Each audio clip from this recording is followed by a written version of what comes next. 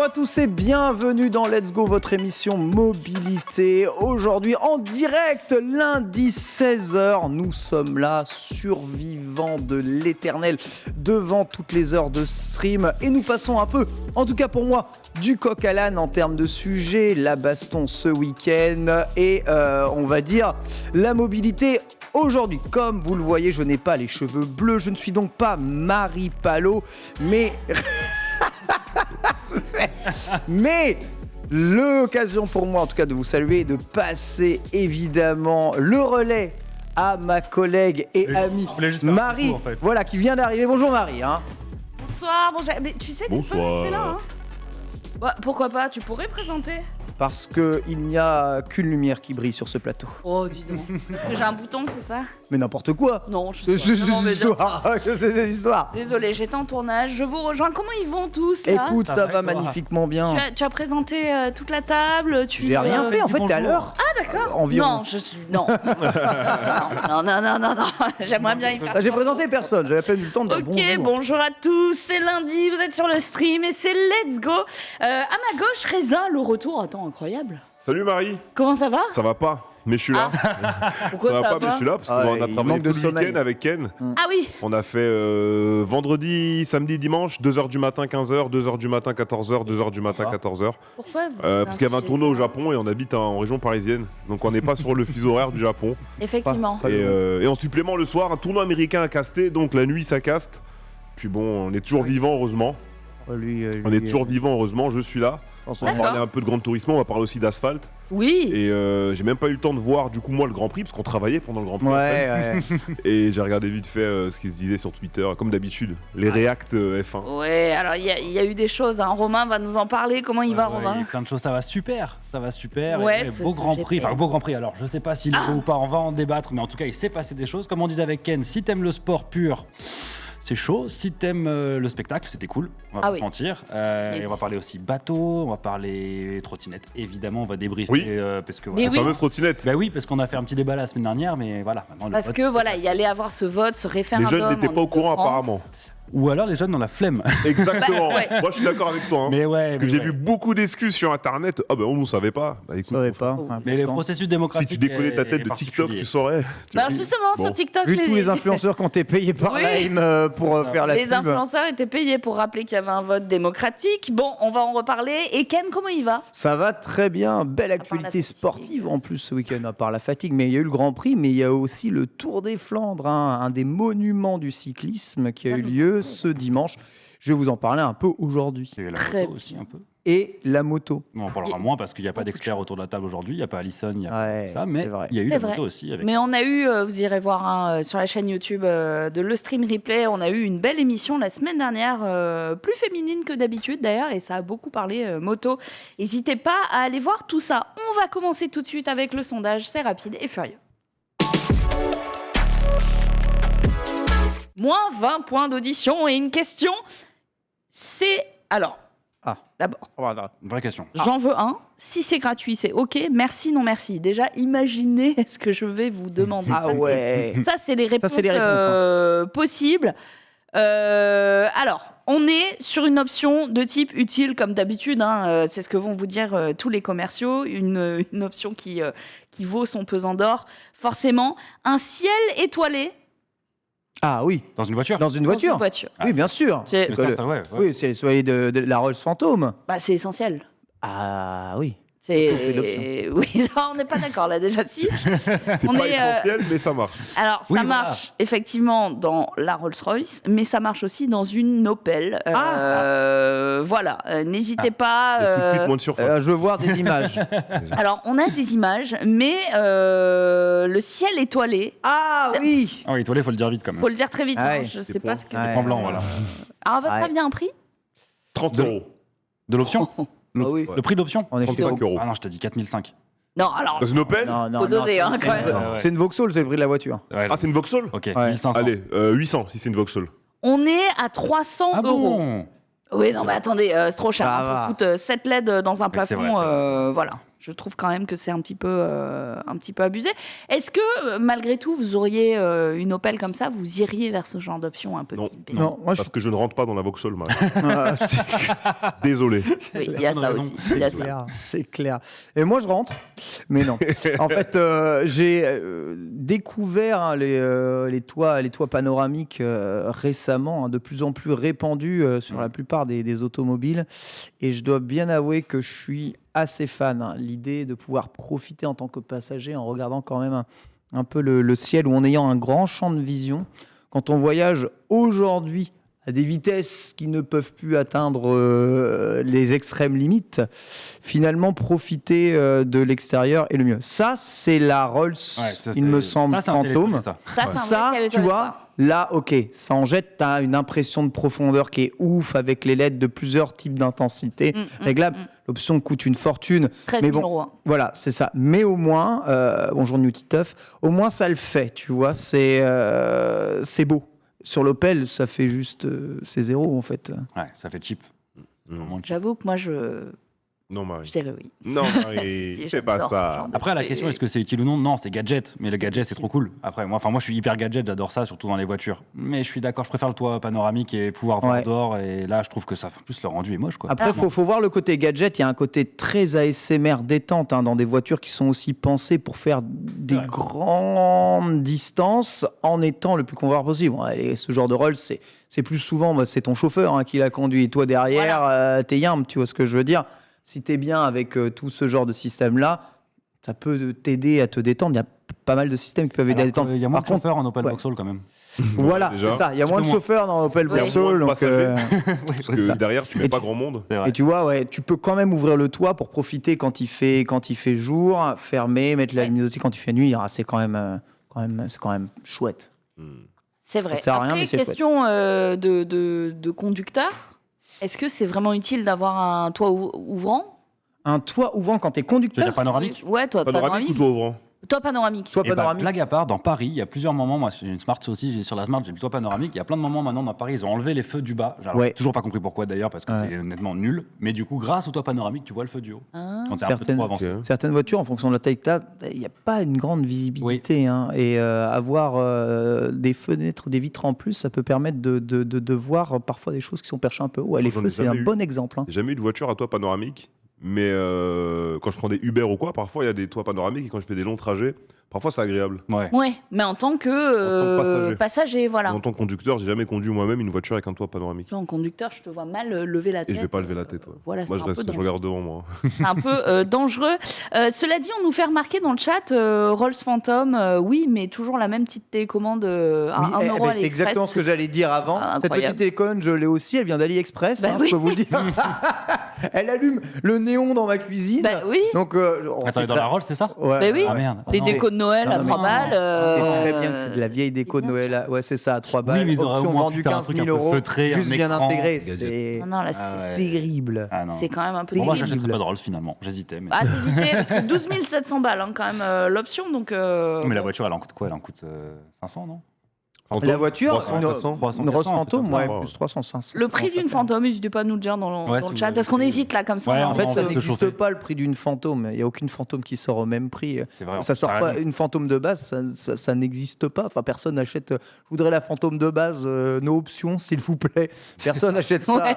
D'entrée de gamme. Ouais, d'entrée de gamme. Donc c'est bizarre. C'est dur d'estimer le prix de ce genre de voiture. Effectivement. On va voir sur le marché de l'occasion, peut-être. Bon, en tout cas, le ciel étoilé dans la voiture. J'ai pas l'impression que ça séduise le chat. On est plutôt sur merci, non merci. Voilà. Merci. Et les gens n'ont pas mis si c'est gratuit, ok. Bon, on a donné le prix aussi. Donc on sait que c'est pas gratuit.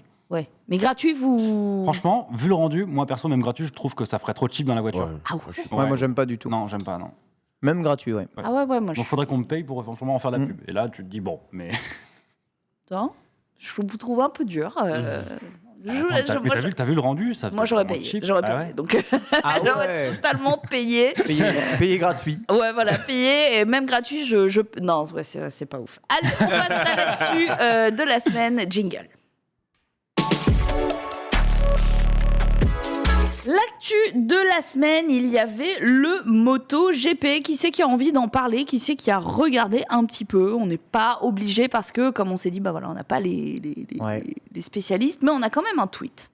On a quand même un tweet, si tu peux l'afficher, Denis. Ouais, Quarta, elle a parlé, non? Je sais pas, parce que moi j'ai mis du MotoGP dans le runner, mais c'est pour le jeu.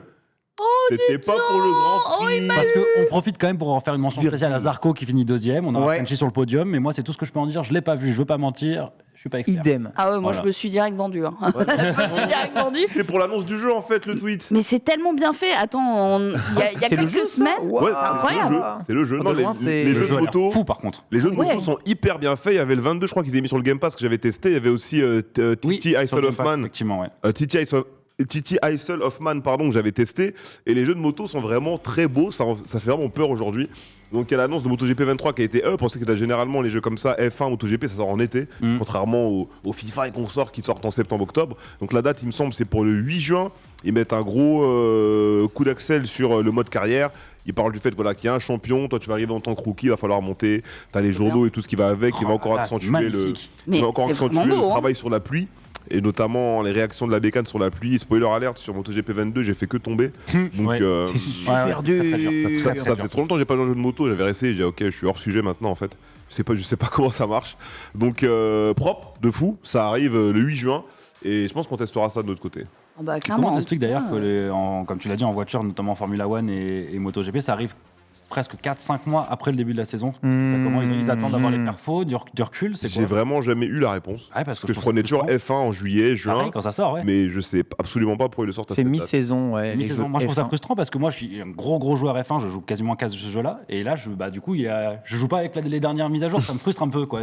Alonso est encore chez Alpine dans mon jeu, quoi. Je pense qu'ils terminent réellement le développement du jeu une fois qu'ils ont toutes les spécificités de la saison. Donc, c'est sûrement pour ça qu'il faut un peu de temps avant de l'acheter. Ok. En tout cas, là, je regardais les cités, les RT cités sur Twitter. Tout le monde est quand même assez hypé. Hein. C'est beau, c'est solide. Hein. Ouais, et beaucoup de Japonais dans le tas, comme quoi. Hein. Honda. Voilà. Et écoutez, ça c'était la petite news jeux vidéo. On va continuer avec toi, du coup, Reza, tant que je t'ai, puisque tu vas nous parler de Gran Turismo 7.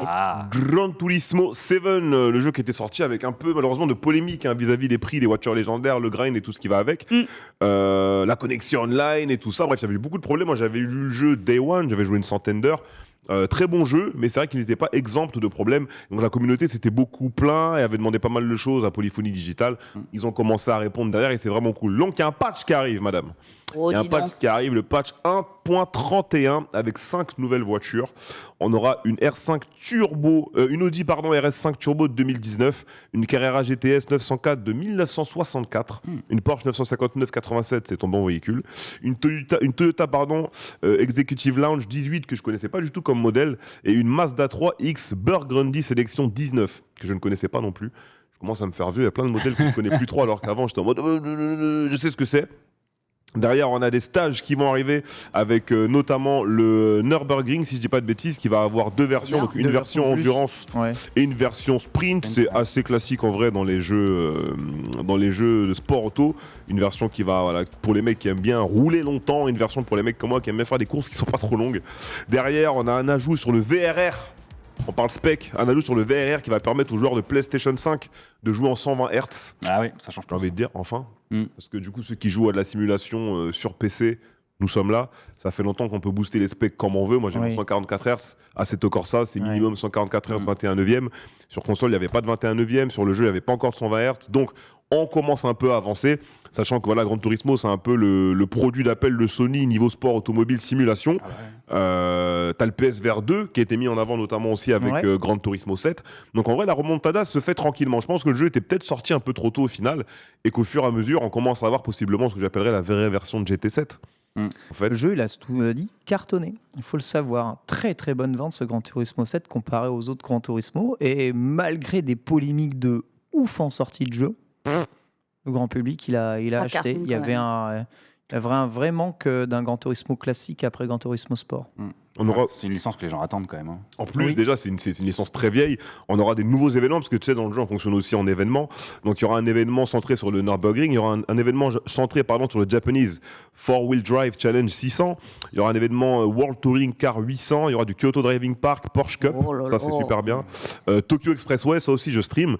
Un autre Japanese 4-Wheel Drive en challenge. Donc, en vrai, c'est cool. Il y a pas mal de trucs qui vont être ajoutés. Il y aura aussi des ajouts sur... Le printemps aussi, j'ai vu cerisier en fleurs. En fleurs. Bah ouais. Il y aura des ajouts sur l'histoire, il me semble, de Ford et de Toyota, parce qu'en plus, en vrai, je pense que la moitié du poids de l'installation de Gran Turismo 7, c'est l'histoire des constructeurs, je crois. Et je trouve quand même que c'est un bon truc, parce que là, GT, ils ont toujours été bons de ce côté-là, avec un peu leur musique de concessionnaire auto, d'ascenseur, depuis les premiers Gran Turismo sur PlayStation 1. Oh, c'est vrai. Du coup, c'est... Musique d'ascenseur, c'est tellement ça. Le fait qu'ils aient mis l'accent dessus pour les Fully Digital, c'est vraiment cool. Et là, je commence un peu plus à retrouver, entre guillemets, peut-être la grinta pour le jeu, donc je reviendrai peut-être sur GT7 cette année. Parce que moi, en vrai, comme j'ai dit, j'ai joué à peu près 1 mois et demi, une centaine d'heures. Après, j'ai totalement stop d'un coup. Donc, j'y rejetterai un coup d'œil. Malheureusement, je n'ai pas de volant play encore. Donc, je verrai avec tout ça à quel moment je peux investir. De temps en temps, ouais. De temps en temps, je joue parce que j'ai mon volant PC Xbox, du coup, et de temps en temps, je joue assez tôt, tout ça. C'est une folie, ça. Ouais. Mais ouais, je joue au 2013. Plus au 2013 qu'au Competition, parce que les modes, t'as à peu près 2000 et quelques modes. Donc, du coup, j'ai ultra modé mon jeu. Et voilà. Autour de cette table, hypée, justement, par ce patch 1.31. Hypé, mais moi j'ai toujours pas le jeu, Gran Turismo 7, j'ai toujours pas acheté. Je le trouvais excessivement cher à la sortie, genre un 70 balles, ouais, 80, ouais, 70. avec en plus des mécaniques à la limite du micro-paiement, tu vois. Donc il y avait des microtransactions pas ouf au début. À l'intérieur. Donc j'ai rage-quitte le jeu. Depuis j'ai joué à autre chose, notamment continuer de jouer aux mises à jour de Forza Horizon.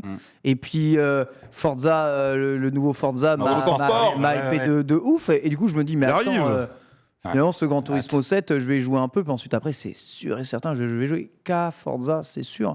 Parce que j'aurai le jeu dans le Game Pass quoi qu'il arrive. Donc moi je dois choisir un jeu de voiture aujourd'hui. Sur console, ouais. Sur console, je vais choisir Forza. Parce que le jeu, je l'ai aussi sur PC et tu vois, ça peut, je peux l'utiliser partout. En parlant d'Horizon, il y a eu du coup aussi un DLC qui était sorti récemment, parce qu'au début, on a vu Hot Wheels, et t'en as eu un deuxième en rallye.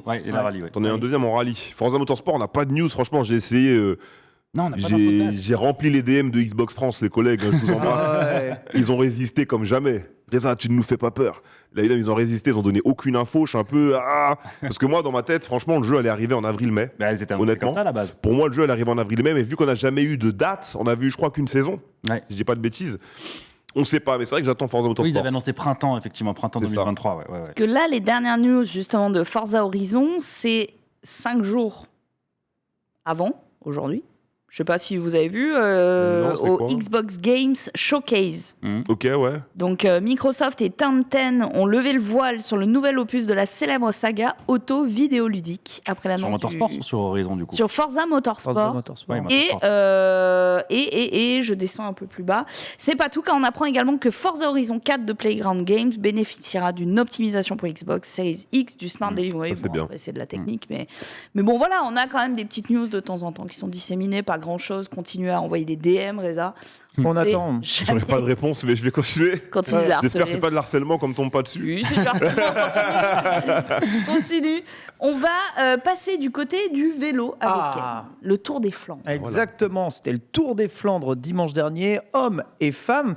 Et le Tour des Flandres, eh bien, c'est ce que l'on appelle un monument du cyclisme. Il y a 5 courses exceptionnelles au cours de l'année qui sont les monuments, les courses les plus anciennes, les plus dures, les plus incroyables, dans laquelle fait partie, nous en France, le célèbre Paris-Roubaix. Vous connaissez probablement Paris-Roubaix et ses secteurs pavés. Il faut savoir que c'est pas le seul monument qui met à rude épreuve les cyclistes. Un des tout premiers monuments qui a lieu au printemps, c'est le Milan-San Remo. C'est une course de 300 km qui parle de Milan, du coup, qui va à San Remo en Italie, d'une difficulté absolue. 300 km de vélo dans la journée. Imaginez, c'est une course de 6h30. Il faut juste être un surhomme pour pouvoir réussir à faire ça. Et cette année, le surhomme en question, c'était Mathieu Van Der Poel, le Hollandais, qui s'était imposé en 6h25 devant Filippo Ganna, Wout van Aert et Tadej Pogačar. Je rappelle, Tadej Pogačar, vainqueur du Tour de France 2020-2021, si je ne dis pas de bêtises. Oui, mon très cher Raisin. Pour me faire une idée un peu du comparatif du niveau, du plus haut niveau professionnel et toi qui est quand même on va dire un niveau avancé amateur, si je peux me permettre,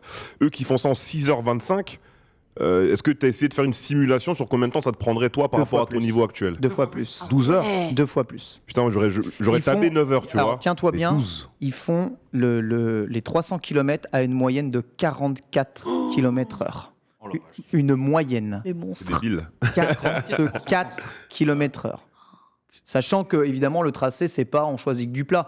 Ces tracés-là, on te prend toutes les pires montées qu'il y a dans tous les chemins les plus connus de tous les cyclistes du monde. Tu vois, tu as tous les donc les King of Mountain à battre sur le tracé. C'est débile. Ouais, moi, il me faudrait le double pour faire ça. Je pourrais même pas le faire en une seule journée. Après, ils sont en peloton. On va beaucoup plus vite en peloton. Mais le truc, c'est que les efforts se font quasiment vers 40 km de la fin. Et là, tu as des attaques tout le temps. Et ça termine très souvent seul, très souvent seul. Donc voilà, Mathieu Van Der Poel avait terminé seul devant la ligne. Et là, il y a eu le deuxième monument qui s'est passé. Donc c'est le Tour des Flandres. Alors Tour des Flandres, c'est pas une grande boucle de plusieurs tours. Le Tour des Flandres, c'est vraiment un tour complet des 30. Il me semble que c'est 200, quelque chose comme 250, 270 km.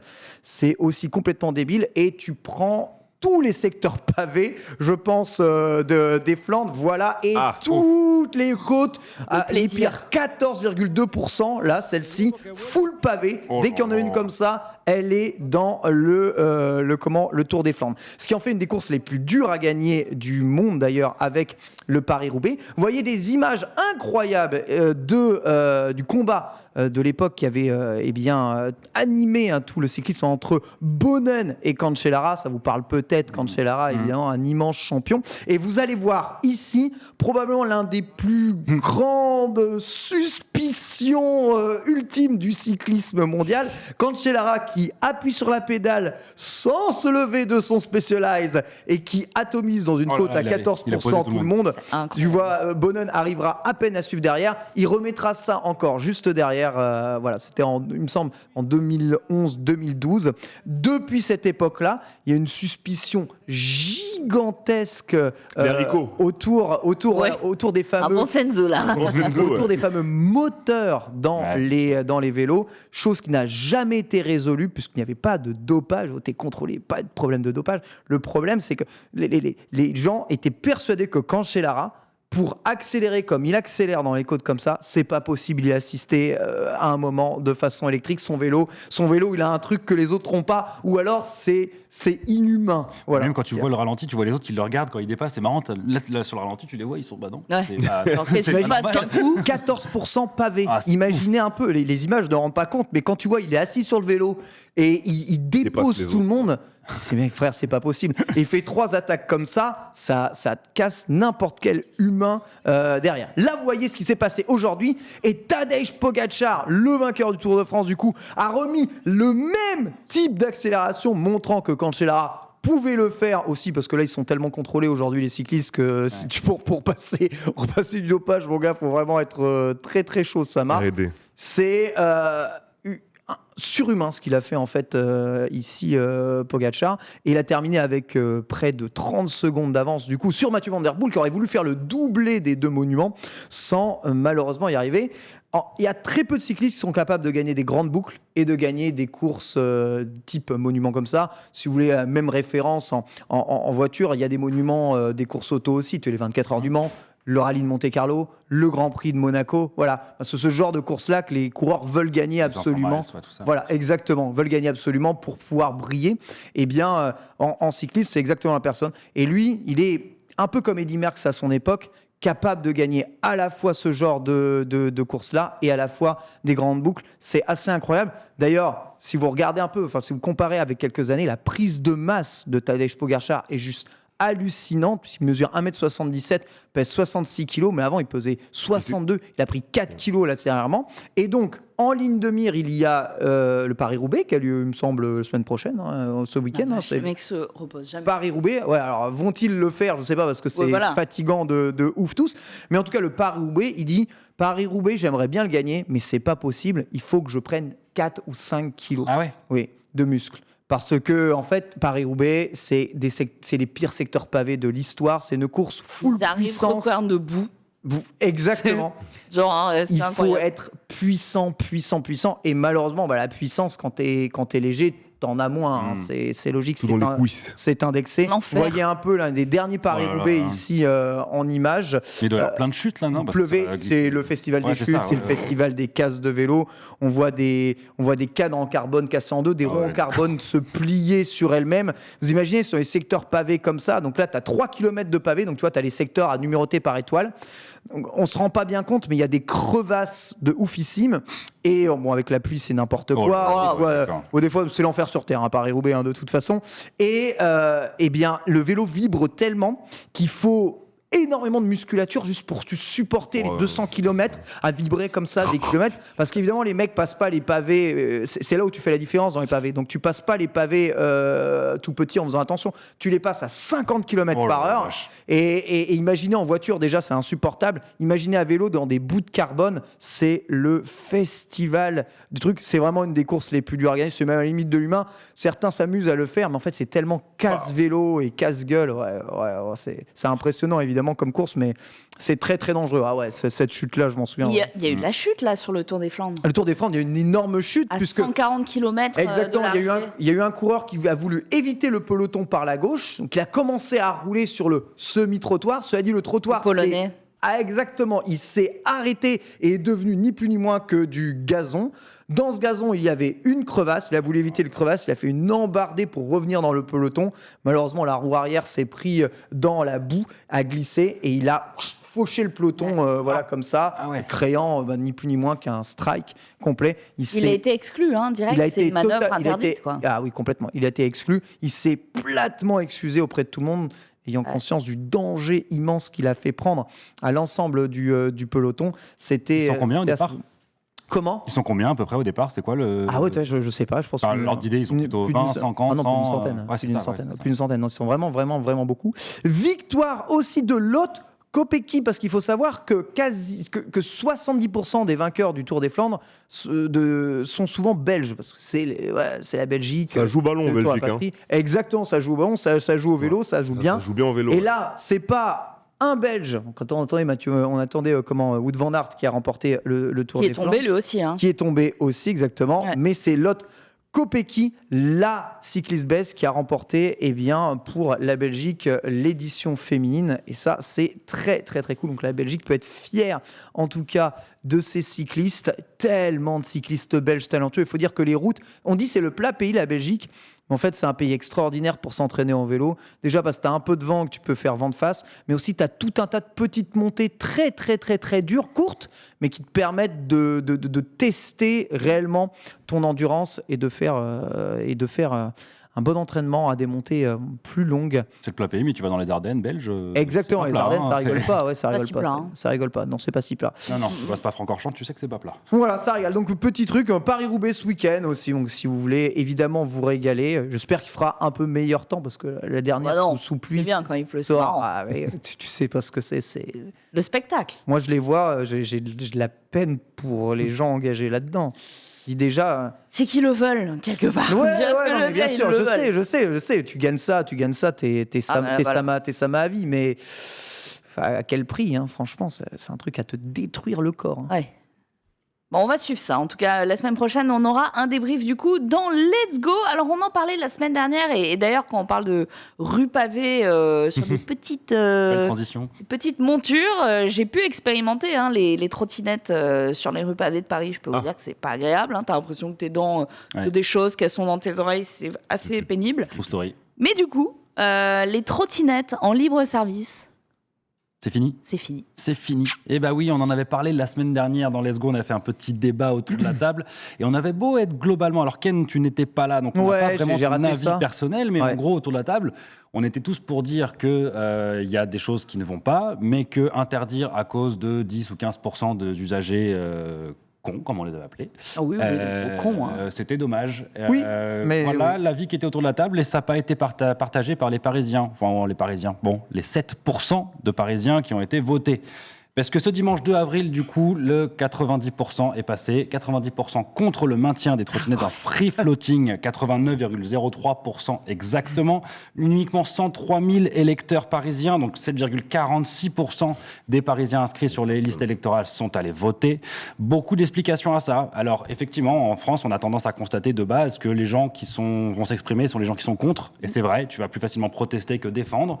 La deuxième raison est aussi le fait que beaucoup de modalités n'étaient pas possibles. Pas beaucoup de bureaux de vote ouverts, finalement, beaucoup moins que ce qu'on aurait sur une élection classique. Vote en ligne possible ou pas ? Vote en ligne impossible, évidemment. Impossible, et ça, la mairie de Paris est accusée, évidemment, de l'avoir prédit. On sait très bien qu'aujourd'hui, les jeunes, et je pense qu'on est tous pareils, si aller dans un bureau de vote, prendre sur ton dimanche, tout ça, on sait très bien que la génération des moins de 30 ans ne vont pas forcément le faire, ou vont avoir la flemme, comme on disait tout à l'heure en intro.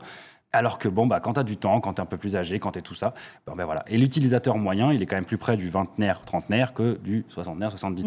Du coup, septagénaire, pardon. Du coup, 103 000 Parisiens, parce qu'on nous demande combien de votants ? 103 084 Parisiens, c'est vraiment très très peu. Du coup, on se retrouve face à une situation où on le sait très bien, on s'y attendait, mais les trottinettes vont être interdites à la fin du contrat qui lie la mairie de Paris aux opérateurs que sont Dotline et Thiers, c'est-à-dire que le 1er septembre prochain, pour la rentrée, il n'y aura plus de trottinettes en free floating à Paris. Alors, à noter quand même que là-dessus, 800 emplois sont menacés, c'est quand même important de le dire, puisque les opérateurs employaient un certain nombre de personnes et les emplois indirects, quand on pense aux gens qui venaient les récupérer, et tous les systèmes autour des solutions de recharge, bref, toutes ces solutions, ça crée à peu près 800 emplois menacés, que ce soit des emplois directs ou indirects. La mairie de Paris a dit qu'ils allaient les prendre en charge, on verra, on attend de voir ce qui va être mis en place. Parce que c'est la grande question. Alors, les gens nous demandent, les trottinettes perso aussi, non, seulement en free floating. On parle bien, attention, on parle bien des trottinettes en free floating, en libre service. Donc les trottinettes vertes que vous voyez, celles que vous voyez, c'est vrai, c'est triste parfois dans des amas, on n'aura plus ces images-là, mais on n'aura plus ce moyen de transport pratique pour rentrer chez soi, comme on disait à Paris. S'il y a eu un vote en ligne, vous pensez que ça aurait vraiment changé la donne ? Bien sûr. Je pense qu'on aurait été plus proche des chiffres qu'on avait eu sur le stream quand on avait fait le sondage là. Où on était à combien ? On était à 63% des gens contre. Voilà. J'avais fait pareil sur mon Twitter avec à peu près 600-700 personnes qui avaient voté. Contre l'interdiction ? Contre les trottinettes en free floating. Oui, d'accord, c'est ça. Ouais. Je pense que ça aurait été interdit quand même. Oui, mais pas sous une parodie. Là, c'est un simulacre de vote. Enfin, c'est ridicule un petit peu. La mairie de Paris se félicite de ce vote démocratique et tous les gens qui sont contre ça, ou en tout cas qui ont des choses à redire, disent non, à un moment, on ne peut pas parler de démocratie quand il y a 7% des gens qui ont voté et que les modalités ne permettent pas de faire qu'il y a à faire. Et d'ailleurs, la réaction des opérateurs, elle est simple. Ils ont pris la parole en disant cette petite phrase « Nous prenons acte de cette consultation inédite dont la mobilisation aurait pu être plus large et plus représentative si les modalités de vote avaient été différentes. Plus de bureaux de vote, scrutin électronique, information municipale, évidemment. » Après, vraie question. Il fallait avoir l'info. Pourquoi les gens ne se sont pas déplacés pour voter pour ? C'est la flemme. Tu sais très bien, Marie. Ouais, honnêtement, oui. Les moins de 30 ans, aujourd'hui... T'as l'impression déjà que l'éducation civique est passée à la trappe à l'école et puis t'as énormément de gens qui se sont jamais sentis au final concernés par les problèmes du pays. C'est ça. Ça fait longtemps que c'est comme ça, en vrai. Ça n'a pas commencé. Malheureusement, je le dis bien vraiment, malheureusement, je sais pas comment faire pour changer ça. Et puis comme on disait tout à l'heure, s'il y avait eu un biais électronique avec, je sais pas, une connexion via France Connect. Bien sûr. Vu que maintenant tout est lié à France Connect, t'aurais pu faire un truc. Mais c'est bien aussi de forcer en vrai les gens à prendre leurs responsabilités. Moi, j'ai mon frère, ça fait plus de 10 ans, il vit au Canada. Il a voté à toutes les élections. Il va faire la queue à l'ambassade française au Canada, il vote. Donc si les gens ils s'en foutent entre guillemets de leur avenir, maintenant c'est interdit et tant pis. Il y a aussi énormément une histoire de réflexe civique à prendre. Dans des pays voisins comme la Suisse, il y a un réflexe civique. Ils vont voter très très très très souvent. On est souvent appelé à des référendums pour demander au peuple leur avis. Et le peuple donne du coup son avis par des référendums. Ici, sincèrement, en France, on a très peur de l'utilisation des référendums. On le fait très très peu parce qu'on sait pertinemment que dès qu'on va faire quelques référendums que ce soit, la réponse la plus probable que l'on risque d'avoir, c'est non. Et pas un non forcément au référendum que l'on organise, mais c'est un non global. Contestataire surtout. On n'est pas d'ailleurs le seul exemple. Alors, c'est vraiment à une autre échelle, mais nos voisins anglais, sur le référendum du Brexit, l'ont bien eu dans l'os, tu vois, pour ce même genre de raison. Donc on est frileux à faire ça, on n'a pas été habitué à faire ça, on n'a peut-être pas non plus la démographie pour ça. Et la France, même si c'est un petit pays, en fait, c'est un pays qui est assez grand, avec quand même des régions qui ont tous des modes de vie un peu différents. Rien à voir entre un mode de vie parisien, et un mode de vie, tu vois, troyen, tu vois, où j'étais. On vit pas pareil, on n'a pas les mêmes besoins, on n'a pas les mêmes difficultés. C'est pour ça que je dis peut-être la trottinette en libre-service. À Paris, elle était dans une impasse, voilà, parce qu'on sait très bien comment une partie du public parisien va s'en servir mal, conduire à deux, ne rien respecter, parce que de toute façon, il n'y a quasiment pas de répression, parce qu'il y a trop de monde pour pouvoir appliquer une répression. Mais il y a Puis même, moi, je testais les 3, parce que je suis utilisatrice des 3. Je suis pas allée voter. Je vous le dis, il y a le marathon. J'avais pas de bureau de vote. Je n'ai pas prendre une voiture qui n'est pas électrique pour aller voter pour du free floating. C'est un petit peu ce qu'on peut. Ils ont rendu les choses difficiles. J'ai pas fait ça, mais il y a une seule offre de ces 3 marques, donc Lime, Thiers et Dot, qui permet d'avoir une petite Charlotte et un petit casque, déjà. Donc, les 3 offres n'étaient pas égalitaires en termes de respect de la loi. Je t'en prie. Ça, c'est vrai. Mais dans d'autres villes de France, ça marche, les trottinettes en libre-service. Si elles sont bien encadrées par la mairie, comme des Vélib. Le Vélib, ça marche globalement, tu vois, même si, il y en a quand même qui sont cassés, il y en a quand même qui sont dégradés, ça n'a pas une durée de vie extraordinaire, le Vélib. C'est quand même un système qui fonctionne. J'en vois tout le temps des Vélib, vraiment tout le temps utilisés, et tu sais où les reposer réellement. Avec le free floating, tu sais jamais où vraiment tout reposer. Là-dessus, ils ont fait des efforts. En tant qu'utilisateur, ils ont fait vraiment des efforts. L'appli est très descriptive, tu peux te montrer à l'avance où tu vas te garer. C'est plutôt bien foutu. Et honnêtement, maintenant, si tu n'es pas dans la ligne, tu ne pouvais pas... C'était au mètre près. Donc c'est ça que je trouve un peu dommage, c'est qu'à la limite, le même vote et le même résultat, il y a 1 an ou 2, je l'aurais vraiment compris. Et limite, alors que je suis utilisateur de trotte électrique en free floating, j'aurais peut-être accepté ce vote-là. Aujourd'hui, je trouve que la mairie de Paris a demandé en septembre des améliorations qui, je trouve, étaient faites par les opérateurs. Et moi, comme je vous dis depuis le début, ça m'embête de vivre dans une société où on interdit à 80% d'utilisateurs corrects à cause de 20% de cons ou 10% de cons, peu importe. Mais bon, c'est comme ça. Maintenant, je trouve aussi que ça aurait été bien quand même d'accepter le fait que la plupart des utilisateurs sont dans la tranche 15-25, enfin 18 du coup, 18-25-30, et qu'on sait que ces gens-là, le processus démocratique, aujourd'hui, ces générations, comme tu l'as dit, elles sont moins dedans. C'est un fait, tu as raison, il faut mettre de l'éducation, il faut changer ça. Mais là, la mairie de Paris le savait très bien. Et ils ont des experts, et ils ont fait exprès aussi de mettre ça le jour du marathon de Paris. Enfin, moi, aujourd'hui, je rejoins quand les opérateurs disent à demi-mot, on accepte, on prend note, et c'est comme ça. Maintenant, ça aurait peut-être été bien que les choses soient faites de manière... Il y avait une volonté de s'en débarrasser, mais je pense. La vue, franchement, la vue, c'est les JO 2024. On ne voulait pas de ça pour les JO 2024. En fait, c'est exactement. Il y a énormément de trucs qui sont faits pour les JO, de toute façon. Exactement. C'est une simulation de référendum, c'est un simulacre de référendum, mais la vérité, c'est qu'on n'en voulait pas. On voulait pas bien sûr. Les trottinettes en libre-service pour 2024. Je vois le chat, c'est quand même très compliqué d'être d'accord avec vous quand je lis j'étais pas au courant, il n'y a eu aucune communication. On en a parlé sur Internet. Vous avez eu des TikTokers qui ont été payés pour en parler. Je pense pas que les vieux du 16e qui ont voté contre avaient autant de moyens d'être au courant. Les vieux du 16e, ils vont pas sur Internet, ils savent mieux que vous. Ils étaient à 93% en plus à voter contre. Ils ont lu leur journal du dimanche. Vous vivez comme ça. Si vous vivez comme ça, vous êtes au courant. Je suis un peu d'accord avec vous, mais juste pour aller dans le sens de la personne qui a mis ce commentaire, il est vrai que normalement, sur chaque référendum municipal, je parle vraiment local, tu as des courriers dans ta boîte aux lettres qui t'expliquent et qui t'informent du référendum et des modalités. Ça n'a pas eu lieu. En tant que Parisien, moi j'attendais le courrier. Et je croyais, et je pensais, à tort apparemment, mais je pensais que c'était une obligation. Il y a Turtle qui dit dans ma boîte aux lettres, j'ai eu l'info. Et voilà, pas moi. Okay. Quel arrondissement, s'il te plaît, Turtle, dis-nous. Alors mais non, mais vraiment, parce que je pense que ça a été géré différemment selon les arrondissements aussi. Pendant que vous cherchez, justement, on a les premiers chiffres qui sont tombés justement sur les différents arrondissements. Et eh bien, dans les plus de 89% qui se sont exprimés contre justement le free floating, on a le 16e arrondissement, le 15e, le 13e et le 20e. Donc du coup, c'est assez compliqué de lier le vote à une catégorie socio-professionnelle, de richesse ou j'avoue. de on a tous les extrêmes là. Politique. Là, c'est vraiment, je serais très curieux d'avoir la moyenne d'âge du votant, par contre. Alors, justement, je pense qu'on est haut là-dessus. Je regarde les plus petits arrondissements au cœur de Paris, du 1er au 5e, ainsi que le 9e et le 10e, sont les moins défavorables à la trottinette en libre service. Très personnellement, dans mon arrondissement, elles sont toujours bien rangées. Ouais. Genre, elles sont jamais... Il y en a une peut-être par terre, mais c'est pas genre, j'ai vu des photos où t'en as 35 par terre. Vraiment, t'as l'impression les gens, ils les prennent, ils les jettent, quoi. Donc, moi, j'ai jamais vu ça. Donc, je suis biaisée parce que dans mon arrondissement, y a pas de poubelle qui traîne. Il y a du ramassage privé. Et les trottinettes, elles sont debout. Donc, je pourrais pas dire que je suis dans la même situation que quelqu'un dans le 16 ou le 20e. Après, je regarde effectivement sur le reste des chiffres. On a effectivement 7,46% des Parisiens inscrits sur les listes électorales qui sont venus voter. C'est quand même très très peu, quoi. Donc bon, moi je serais assez pour un deuxième tour en vrai. Deuxième tour.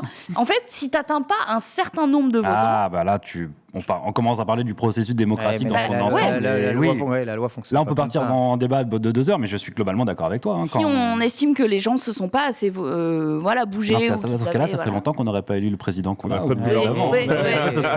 Attends de vote blanc. Bref, là, on rentre dans un autre... On peut vivre dans une uchronie, si tu veux. changer le monde. Ah oui, une petite virgule sur quelques textes de loi et tout change. Bien sûr. C'est quand même pas... Mais au moins, les trottinettes nous ont donné des moments assez cool en Ile-de-France. Je me souviens d'un moment où j'étais sur l'A86 dans le Touran et j'ai croisé une trottinette. Donc je pense pas que c'était une trottinette du coup en libre service. C'est possible parce qu'elle y va pas. Voilà, je pense que c'est un mec, il a débridé sa propre trottinette. Et je crois que j'étais à 110, je l'ai dépassé, mais il avait débridé, je pense qu'il était au moins à 80 le con. Il avait pas de casque. Oh là là. Mais je pense d'ailleurs que ceux qui sont très contents de ce résultat de vote, c'est les fabricants et les vendeurs de trottinettes électriques, parce que beaucoup de gens comme moi, et peut-être comme toi Marie, enfin moi j'en ai pas, je l'utilisais quand j'en j'étais ai une et je l'utilise pas. Voilà. Je perds du chargeur. Et moi je me dis qu'aujourd'hui, comme je mets 10 minutes pour aller à mon bureau en trot versus 30 minutes ou 25 minutes en transport, je vais en acheter une. Et je pense que je suis pas le seul. Autant dans mon pays, j'utilise peu. Par contre, dès que je me déplace dans des grandes capitales mondiales, j'ai tendance à utiliser les trottinettes pour me déplacer de temps en temps, d'un point à l'autre. Et à Madrid, tu vois, par exemple, ou à Barcelone, zéro souci. Ça allait très bien et c'était super. Mais même représentatif, parce que même à Paris, il y a 40% des gens qui l'utilisent qui sont des touristes. Des touristes, des touristes. Donc, c'est des choses qui peuvent quand même pas mal aider au tourisme. Après, moi, je me déplace énormément dans Paris à vélo, donc je prends les mêmes axes que les trottinettes. Je vois bien les usagers piétons autour de moi. C'est systématiquement tout le temps, alors qu'il n'y a pas forcément de raison, des personnes âgées qui se plaignent dans la rue. Ah, c'est foutu, trottinette qui ne respecte pas le code de la route. Bonne chance pour les JO. J'en ai encore entendu une hier en sortant de Levallois. Il ne se passait rien, tu vois, on était tous à l'arrêt. Ah, elle traversait la route rouge. Ah, les trottinettes, j'en peux plus, j'en peux plus. J'en peux plus, avec au téléphone. Ah là, j'en peux plus, c'est insupportable. Comme si sa vie s'arrêtait parce qu'une trottinette a dépassé le feu, quoi. Tu vois, c'est vrai que je sais pas pourquoi ça canalise autant les haines. Alors, encore une fois, il y a 20% de gens qui se comportent vraiment très mal. Parce qu'une nouvelle mobilité, quoi. Je sais pas. Je pense. Faut voir. Je viens d'arriver. Tu vois, quand je suis arrivé ici à Webedia, je suis obligé de prendre un tout petit portion de trottoir pour rejoindre le parking à vélo du bâtiment. Tu vois, mon vélo, il fait un bruit de roulement. Clac, clac, clac, clac, clac. Tu vois, j'arrive sur le trottoir. Je descends de mon vélo et je marche. Et en descendant de mon vélo, j'étais juste derrière une dame d'une 50aine d'années. Et cette dernière, en entendant le bruit de roulement, elle a sursauté, elle a regardé comme ça et elle a eu peur. Je roulais pas dessus, mais elle a eu peur. Ces bruits, elles se sentent constamment harcelées par tout ce qui roule et tout ce qui passe, parce qu'ils ont dû déjà être frôlés peut-être par quelqu'un. Et tout ça sur représente... le trottoir, les gens ont peur. Exactement. Il faut voir ce sentiment-là cumulé au quotidien par des gens qui utilisent les routes à pied tout le temps. je dis pas que c'est logique, mais c'est normal qu'au bout d'un moment, tu te focalises que là-dessus et tu te mets à râler tout le temps et tout le temps. Tu imagines que ce soit ça le problème de tout et le problème de ta vie. C'est pour ça qu'il faut faire attention aux personnes qui nous entourent. Mais même comme ça, j'ai fait peur à une dame alors que j'étais à pied, quoi. Donc, je dis, mais mince, on se rend pas compte, quoi. Mais c'est vrai que les mobilités globales changent et les usagers qui ne sont pas véhiculés, donc les piétons en général, n'ont plus l'habitude entre le bruit des voitures électriques qui est quand même changé, le fait que beaucoup de gens traversaient en connaissant à l'oreille les trottes, les vélos. Oui, c'est vrai que le paysage urbain a énormément changé en 5-6 ans et qu'il y a beaucoup de gens, notamment les personnes un peu plus âgées, qui ne sont pas prêts encore à cette typologie d'urbanisme. Mais bon, il va falloir c'est aussi les grandes villes, tu vois. Parce que bon, pour le coup, moi, j'habite pas à Paris même, je suis dans les Yvelines. Mais quand tu te rapproches de Paris, tu es à Paris et tu es dans les villes voisines qui passent par les portes. Bon, le Valois, c'est voisin, c'est collé à la porte de Champéret. Tu arrives déjà dans des endroits où, à partir du moment où tu rentres en journée, c'est tout le temps rempli. Oui, c'est vrai. Ce que je déteste, c'est pour ça que je dis, moi, j'habiterai jamais à Paris ou quoi. Parce que, entre guillemets, pour moi, il y a trop de gens, il y a trop de bruit. Mais dans ces environnements-là où il y avait déjà de base trop de gens, trop de bruit il y a 20 ans, maintenant, il y a trop de gens, trop de bruit. Plus trop de vélos, plus trop de trottinettes. C'est ce que je dis. Et supplément, 80% des gens qui sont bien, intelligents, qui font pas les cons, et d'autres qui roulent en trottinette sur le trottoir. Tu as des trottinettes sur le trottoir, on en a tous déjà vu. Des trottinettes. 19% des trajets. 19% des trajets en trottinette. Des trottinettes par terre, mal rangées, des vélib cassés retrouvés dans la Seine, on en a déjà vu. Mais encore une fois, c'est comme à l'école quand les gens font des bêtises. C'est que 5% des gens, c'est que 10% des gens. Mais malheureusement, c'est toujours plus facile de voir le mec qui va t'insulter sur un chat que les 80 mecs qui auront dit t'as fait du bon travail. Donc ça pose problème. Il y a quelqu'un dans le chat qui dit à juste titre, arrêtez de dire que c'est les vieux qui étaient contre. Là, j'ai un article du Parisien. C'est vrai qu'on n'a pas les chiffres encore sur la moyenne d'âge des votants. On l'a pas, mais en revanche, ils sont allés interroger un bon panel de personnes. Beaucoup de moins de 40 ans étaient vraiment définitivement contre. Vous avez fait le sondage ici. On a fait le sondage avec le stream et sur mon Twitter. Autant vous dire que c'est pas des. Si 63%, ils voulaient arrêter de trottinette. Bien sûr. C'est pas que les personnes âgées, évidemment. C'est pas ce qu'on est en train de dire. Attention, c'est vrai, la personne dans le chat a 100% raison. On dit pas que les gens qui sont allés voter sont que les personnes âgées. D'ailleurs, on demandait si on avait la moyenne d'âge, on l'a pas. On l'a pas. Moi, je sais que 100% des personnes de plus de 50 ans avec qui j'en ai discuté sont contre. Par contre, c'est plutôt dans ce sens-là que moi, à titre personnel, je le dis. Mais effectivement, faut pas faire de généralité. C'est vrai à 100%. Il y a beaucoup de trentenaires qui ont eu des mauvaises expériences avec leurs enfants, qui ont failli être renversés par des usagers, etc. Mais encore une fois, on parle vraiment des premiers mois de. Après, il y a un problème fondamental de toute façon dans ce vote, c'est que une minorité de gens utilisent ces moyens de transport. Oui. Donc il n'y a que ceux qui sont susceptibles de l'utiliser, qui sont susceptibles d'en avoir déjà quelque chose à faire. T'as raison, de ce vote. Donc à partir de ce moment-là, si tu demandes si tout le monde, si vraiment 100% des Parisiens votaient, ça ne passerait jamais parce que il y a que ceux qui les utilisent qui en ont intérêt. Les autres ils disent ça peut représenter un danger pour moi. De toute façon, je l'utilise pas, je m'en fous personnellement. Donc non, ce qui a aucun moyen dans aucun monde réel, tu demandes un référendum là-dessus, ça passe. Ou alors il faut habiter le Danemark, quoi. Mais t'as raison à 1000%, t'as tout décrit là. T'as raison à 100%, c'est clair. Tu fais un référendum de ça, la réponse elle sera non, dans toutes les configurations possibles. Ce qui m'embête un petit peu, et on clôturera cette news là-dessus parce qu'il faut avancer, mais on est bien d'accord que c'est une partie des usagers qui rendent en fait cette nouvelle mobilité assez toxique à Paris et peut-être dans les autres villes. Et je pense aussi, pour finir rapidement, les infrastructures. Voilà. Ouais. Tu avais des rails prévus pour faire voyager les trottinettes électriques, c'est-à-dire que tu les prenais à un endroit et que tu aies une séparation piéton-voiture, parce que les trottinettes ont peur aussi à côté des voitures, c'est normal. C'est pour ça qu'il y en a beaucoup qui prennent le trottoir aussi. Donc s'il y avait des vrais moyens de rouler tranquillement d'un point A à un point B en trottinette, franchement, il y aurait moins de problèmes. Les gens ne se plaignent pas du vélo comme en Hollande. Exactement, en parlant de Hollande, je te propose qu'un jour, quand je vais retourner, parce que je vais sûrement retourner bientôt à Rotterdam, je te fais une capsule. Parce que rappelle-toi, quand l'année dernière, quand on faisait Let's Go, j'avais fait un peu la promo de Rotterdam, tu vois, parce que moi j'aime beaucoup la Hollande, c'est un pays où je vais beaucoup, et majoritairement à Rotterdam et en fun. Et du coup, je disais Rotterdam, en fait, c'est exceptionnel niveau infrastructure de roues. Parce qu'en fait, déjà, personne n'a peur de personne parce que tout le monde est habitué. Et tout le monde a son espace. Exactement, tout le monde a son espace, les routes sont construites pour, et c'est même pas que tu as que les trottinettes électriques, c'est-à-dire que tu as les vélos, tu as les trottes électriques, mais tu as aussi des scooters électriques que tu prends comme des vélib, qui dépassent pas, je crois, 40 km/h et sur lesquels tu es obligé de rouler sur les bandes avec les cyclistes. Pour être allé là-bas une quinzaine de fois depuis 2015, c'est tranquille. J'ai jamais vu de problème. Ouais. J'ai jamais vu de problème. Mais le truc, c'est que là, en fait, mais c'est fait pour. Il y a la mentalité, il y a les infrastructures. On est un peuple latin. Hein. Voilà. Nous, Paris, c'est serré. As-tu déjà pris le boulevard Magenta à vélo? Le boulevard Magenta à vélo. Non, il est horrible. Non, mais même à pied ou en voiture. C'est l'enfer. T'as une bande cyclable au milieu du trottoir, il y a marqué priorité piéton. Et tout le monde n'en a rien à battre. Après, tu prends Rivoli ou Sébastopol, ça roule tout droit. Hein. Donc il y a des tronçons quand même qui sont agréables. Mais en fait, ce qui me dérange, c'est que... Et pourtant, je suis utilisatrice, mais j'étais contre. Chercher l'erreur. Mais ce qui me dérange, c'est que c'est un Volt qui va venir limiter une nouvelle mobilité. La veille des JO, il y a un manque à gagner extraordinaire pour ces marques et j'en suis désolée pour elles. Et en fait, on va se retrouver avec des touristes chez qui ça marche, les trottinettes, et ils vont arriver à Paris, ils vont encore se dire putain, ils sont 30 ans en arrière, quoi. Ça, c'est un premier truc. Du coup, ils vont surcharger les métros, ils vont surcharger les taxis. En fait, c'est ça. On accepte le vote, mais mettez des solutions en face. Et c'est ce qu'on a fini par dire au débat la dernière fois, parce qu'à un moment, on parlait du fait que quand tu rentres le soir seul de soirée, tu es très content de ne pas avoir 30 € à rajouter sur ton Uber et de pouvoir rentrer en trottinette électrique si tu n'avais pas une demi-heure de marche. Donc, s'il vous plaît, la mairie de Paris, ok, ce genre de choses-là, d'accord, mais mettez des métros toute la nuit. Putain, c'est vraiment, je suis désolé, mais c'est pas si compliqué que ça de faire en sorte qu'il y ait au moins un métro toutes les 10 minutes qui roule. Je sais pas pourquoi on est dans une société où on met les interdits avant de mettre des solutions. Et moi, la nuit, c'est l'entretien aussi des voies. Il y a plein de raisons, je suis d'accord avec toi, mais il y a plein de capitales dans le monde où il y a des métros, des transports toute la nuit qui marchent à peu près, ou des solutions alternatives, je sais pas, mais en tout cas, je trouve qu'aujourd'hui, on a toujours tendance à faire l'interdit avant de faire la solution. Effectivement. À ce moment-là, interdisons les vieux au volant. Voilà, prochain référendum. Oh, le mot de la fin. Je lance l'idée. Balle perdue. Elle a posé ça là. Balle perdue, non, mais parce qu'ils sont gentils, mais faut arrêter de conduire maintenant.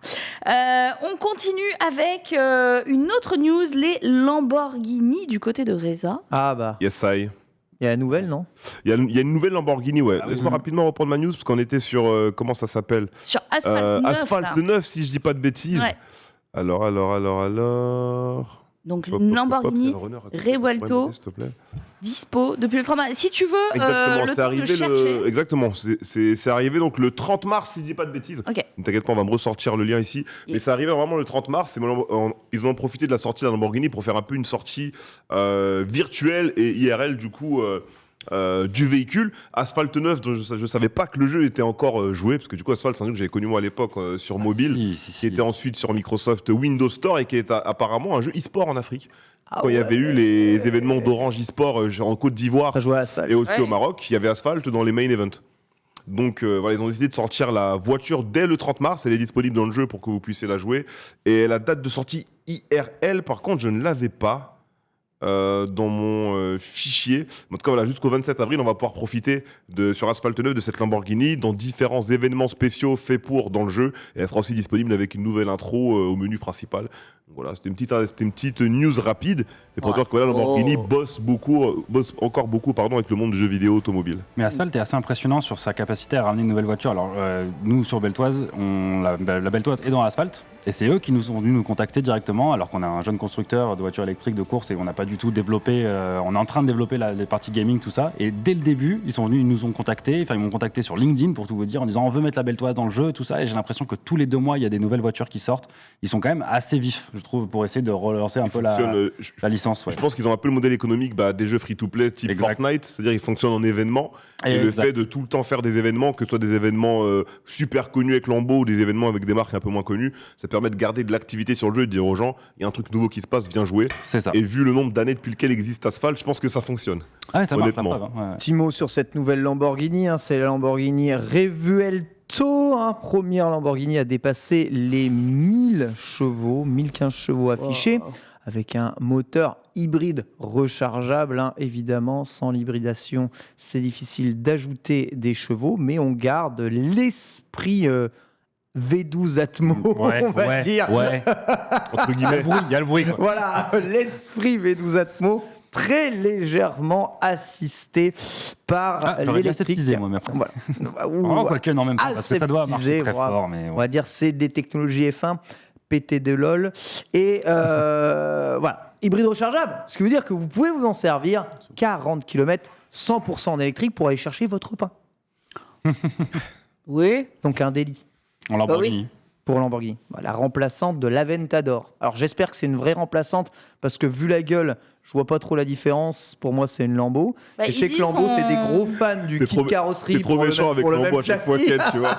Ils disent que ça ressemble à une McLaren. Ouais, parce que c'est la couleur. Franchement, c'est juste une Lambo. Une fois, j'ai entendu Ken, il a dit un truc trop méchant parce que moi, je kiffe Lambo depuis que je suis petit. Et il dit putain, l'enfoiré, il a raison en vrai. Il a dit bon, Reza, tes Lambo là, c'est tout le temps la même chose en fait, avec une petite déclinaison à gauche, une petite déclinaison à droite. C'est les gros fans des kits carrosserie. Depuis la Murcielago, on n'a pas beaucoup changé. Tu vois, tu prends la Murcielago, la première c'est quoi, 2003, 2002, la première Murcielago, un truc comme ça. Début 2000 en tout cas. Ouais, début 2000. Aujourd'hui, tu prends la Ventador, c'est une Murcielago plus. Tu prends la Reventon, c'est une Murcielago plus avec des pots derrière. Même là, ça révolutionne pas le game. Je suis désolé, mais on est sur le même esprit quand même. On est sur le même esprit. Après, c'est la signature Lambo. Oui, exactement, c'est peut-être ce que les gens aiment aussi au final. Il n'y a pas autant de modèles que chez Ferrari, mais c'est peut-être ce que les gens aiment chez Lambo au final. Non, très bien, ils font beaucoup. Ouais, puis c'est ça, ils sont des gros fans de kit carrosserie en édition limitée. Ça fait des voitures en édition limitée qui se vendent très très cher, qui valent ensuite après très très cher. Ça fait la joie. Après, les anciennes, les prix, ça va, les anciennes. Ouais, tu peux Diablo, exactement, les Diablo SV, mais même les premières Murcielago et les premières Gallardo. Ça va, les prix? Pourquoi? Parce que c'est de la merde en boîte, en fait. C'est tout, parce que tu les sors, ça pète. Donc oui, ça va. Du coup, même que ça reste là-bas, du coup. Tu dis que ça change pas beaucoup, et je suis d'accord avec toi, mais tu regardes, moi je suis un amoureux de Porsche, mais une Porsche, il y a plein de déclinaisons et on va pas rentrer dans les millions de Porsche qui existent, mais une Porsche, la signature fait que c'est une Porsche et ça reste une Porsche. Et une Porsche révolutionne pas le game, et pourtant je suis un amoureux absolu des Porsche. Tu sais quand même qu'ils changent le châssis tous les 5 ans. C'est exactement ce que je voulais dire, c'est pas le look. Ils mentent pas, tu vois, ils marquent le numéro, c'est changement de châssis, etc. Ensuite, oui, c'est. Porsche préférée? Porsche Cayenne? Oh, il crevait. Voilà, j'avais envie de vous. GT3 RS. Si un jour tu peux me faire essayer une Porsche, une GT3 RS 911. Alors moi, je n'en ai pas le pouvoir, mais peut-être une petite préférence, peut-être. Moi, je suis un amoureux des Targa en général. Un Taycan. Non, si j'aime la Taycan et une super caisse électrique. Et si je devais choisir une caisse électrique, ce serait celle-ci, comme on en a déjà parlé. Mais par contre, une Porsche, une 993 Targa, moi, je suis. Ken. J'aime beaucoup la 993 aussi, mais 911 globalement. Et ouais, c'est vrai que si c'était pas si débilement cher. C'est trop. Juste ça comme voiture, ça suffit. Le bruit, la beauté. En effet. On nous dit McLaren mieux que Porsche. Oh, allez, bannez-moi ça les modos. Après, chacun ses goûts. Mais en tout cas, pour rouler souvent sur circuit, les Porsche sont des bêtes de circuit. Quelle que soit la Porsche sur circuit, tu t'amuses. C'est fait pour le circuit. C'est extraordinaire. Pourquoi est-ce que cette voiture fonctionne autant? C'est qu'elle est bien partout. En fait, tu vois, elle est bien, elle fait tout bien. C'est peut-être pas la meilleure, ou alors il faut les déclinaisons ultra sportives pour faire les choses, mais tu vas sur circuit, c'est bien. Marche. Tu fais de la route, ça marche. Tu fais des relativement petites distances, ça fonctionne aussi. La seule chose pourquoi elle n'est pas bien, c'est pour déménager. Mais à part ça, c'est une meilleure voiture que tu peux avoir sur route ever, quoi. On est bien d'accord. Peut-être pas assez de place pour les grands. Ça, c'est à voir. Les nouvelles, ça ça va, déjà, par rapport à... Ça va quand même. Il peut se tasser, il va faire l'effort. Sur le front Porsche, il va rentrer dedans. Ça va aller, il va plier les jambes. On va bien rentrer. Alors, j'ai une news, j'ai pensé à Ken. Puisque on est habitué à avoir des collaborations, par exemple des avions Hello Kitty du côté des compagnies aériennes vietnamiennes. Il y a le nouveau etc. Pikachu, là. Eh bien, ANA, All Nippon Airways, annonce un nouveau partenariat avec Pikachu Jet. Bah oui. Donc voilà, un autre Pikachu Jet est sur le point de fendre le ciel. Donc ça fait 7 ans qu'il n'y avait pas eu de collaboration. Donc on est sur un avion de type discret. Ah oui. visiblement. Type prêt à être abattu. Il y a un Rayquaza qui fait tout le tour là comme ça, c'est trop stylé. Ah ouais. En vrai, je suis plus couleur unie pour les avions. Ouais. Je sais pas. Il y a une Pokéball sur les réacteurs. tu veux mieux au monde, toi. Et dedans, c'est comment? Écoute, c'est un Airbus. Dedans, c'est. Alors, t'as quand même des repas personnalisés. Avec des petits bento, Pokémon, etc. 246 passagers dans ce 787. Configuration à 3 classes. 40 en classe affaires, 14 en classe économie premium et 192 en classe économique. Le ratio est quand même étonnant. Non, c'est le classique. Moi, l'avion qui va au Congo, c'est celui-là à peu près. 40 en affaires et 14 en classe éco-premium. T'as à peu près 30-40 places en affaires et le premium, t'as une quinzaine de places en premium. Et après, t'as tout le reste en éco. J'aurais eu tendance à penser, tu vois, l'inverse, quoi. Non. Ils mettent plus en affaires chez nous. Et les pauvres Voilà, voilà, et c'est eux qui survivent du coup. Je ne connais que la classe éco. Si l'avion se coupe en deux, et vous survivrez, voilà. Donc le Dreamliner est l'un des 79 de la flotte d'ANA, donc All Nippon Airways, et du coup, il va pas venir jusqu'à la France, spoiler, il va faire le tour. Non, Ho Chi Minh Ville, Shanghai, Delhi, Manille, Singapour, Bangkok.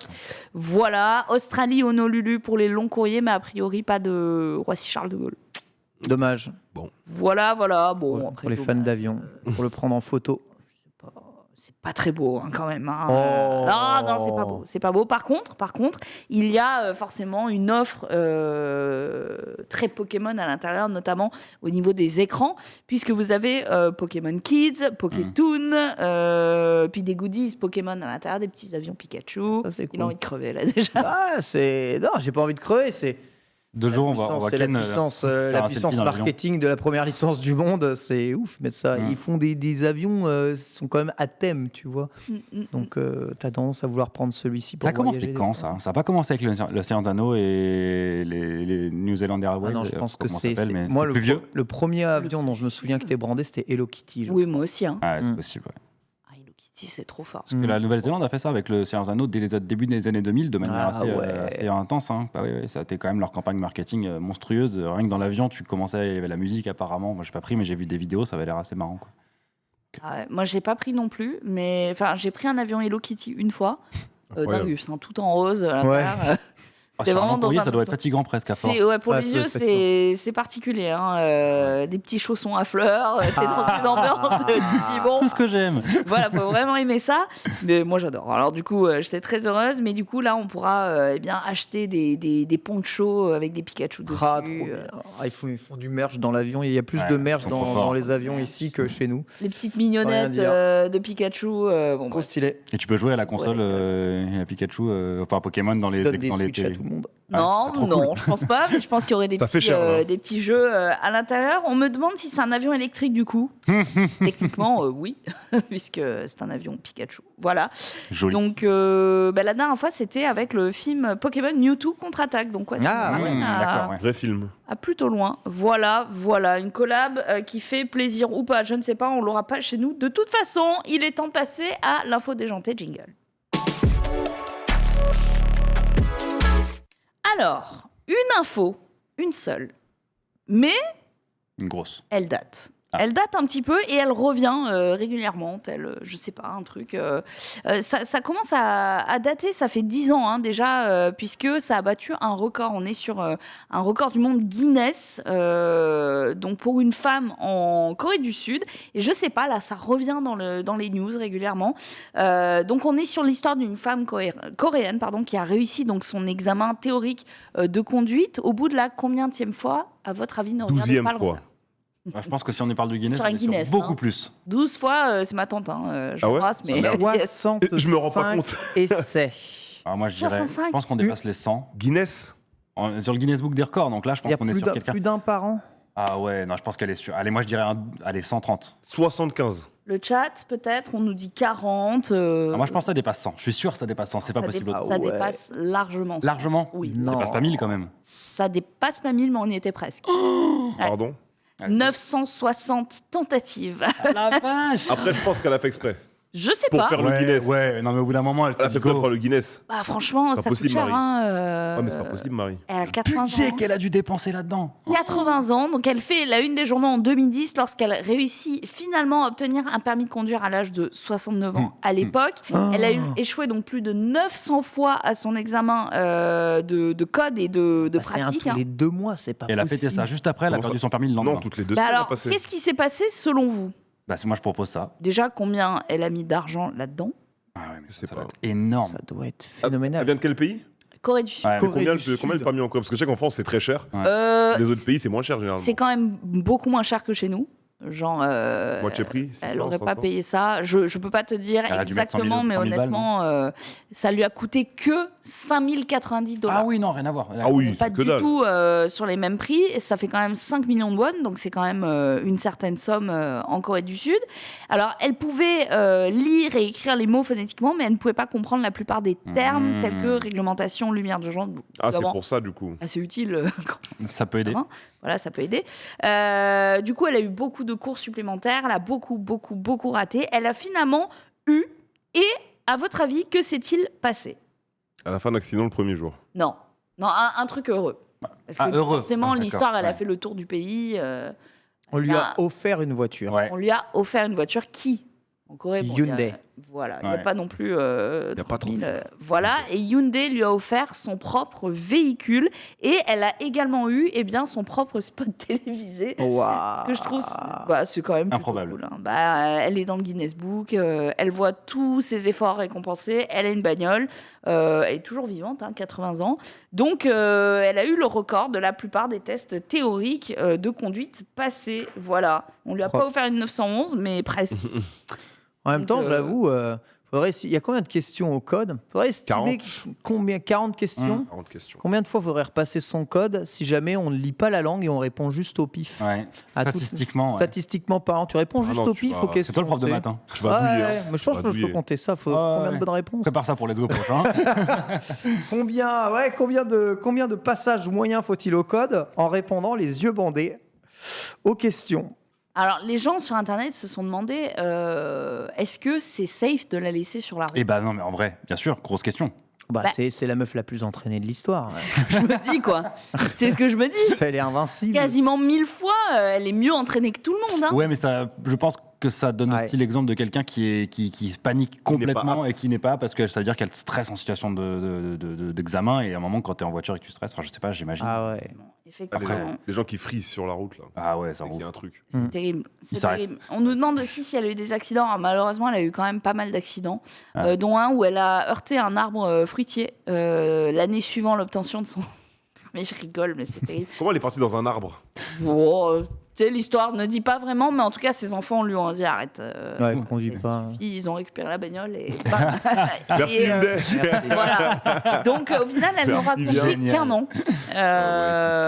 Mais voilà, 5 jours par semaine, elle avait décidé de le passer tous les jours, l'épreuve théorique et l'épreuve pratique. 5 jours par semaine, 2 fois par semaine pour la pratique. Enfin, c'est vraiment c'est des chiffres incalculables, encore une fois. Bon, si le destin ne vous met pas sur le chemin du permis, comme moi par exemple, n'insistez pas. Pauvre Marie. Merci. Ah oui, c'est pas la peine. Allez, on va passer à la suite et c'est le moment de passer à l'arrêt au stand. Passer le débrief du GP avec Romain. Ouais, c'est parti. Jungle. Bonjour. Beau GP. Alors... Un GP. Mais non, alors justement, effectivement, ce week-end, c'était le Grand Prix d'Australie, comme tout le monde le sait. Moi, j'ai une question. À votre avis, une note sur 10, vous mettez combien? Parce qu'en gros, parce que j'ai discuté avec plein de types de personnes. On se place ouf. Mais oui, parce que j'ai discuté avec des mecs qui me disent, mais 10 sur 10, c'est ça que je veux voir, c'est de la F1, c'est marrant, il y a des accidents, du spectacle. C'est vrai. Et d'autres qui me disent, mais je mets 1 sur 10, c'est un scandale, c'est n'importe quoi. Et c'est vrai aussi. Donc, votre avis, pour ceux qui l'ont vu, je ne sais pas si vous l'avez vu ou pas. Et dans le chat, surtout, ça m'intéresse d'avoir votre avis parce que moi, je suis assez mitigé. Je vois un 8 là.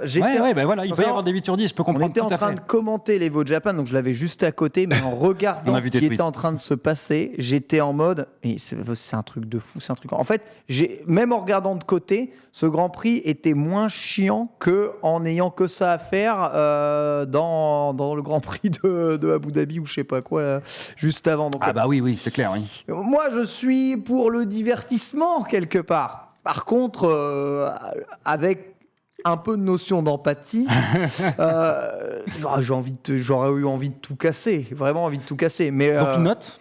Moi je mets 8. Voilà. Je mets 8. Pour moi, c'est le meilleur Grand Prix de l'année pour le moment. Pour l'instant, on est d'accord.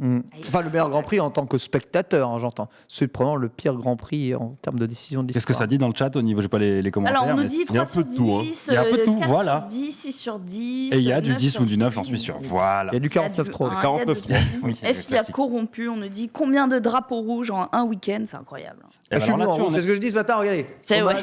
Hommage drapeau rouge vivant. Vous avez vu?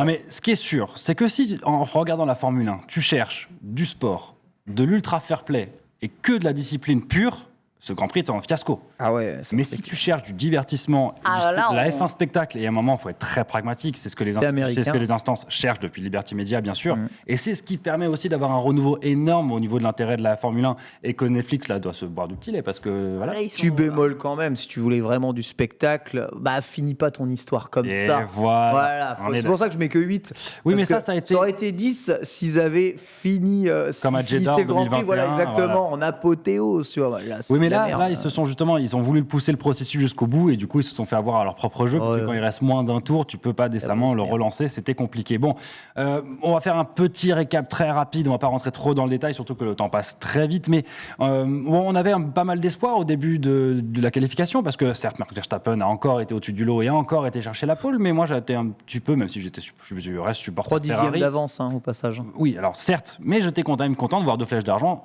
en 2, oui, 3. C'est vrai. Ça faisait plaisir. Longtemps, en plus, on s'est dit peut-être que Verstappen ne va pas aller la chercher. Moi, j'y croyais pas, mais on ne sait jamais. Il y avait un petit espoir. Bon, il a été la chercher parce qu'il est décidément très, très fort et que la Red Bull marche très, très bien. Mais voilà. Et au départ, on est d'accord qu'au départ, Verstappen, il se retrouve 3. Parce que les Mercedes font un super départ. Hamilton et Russell prennent P1 et P2, enfin P2 et P1, puisque c'est Russell qui prend le meilleur sur Verstappen au début et Hamilton dans la foulée. Donc là, on se dit, ça va être vachement sympa. On a très vite ces 3 premiers qui sont... prennent un petit peu d'avance. Le départ était honnêtement assez propre.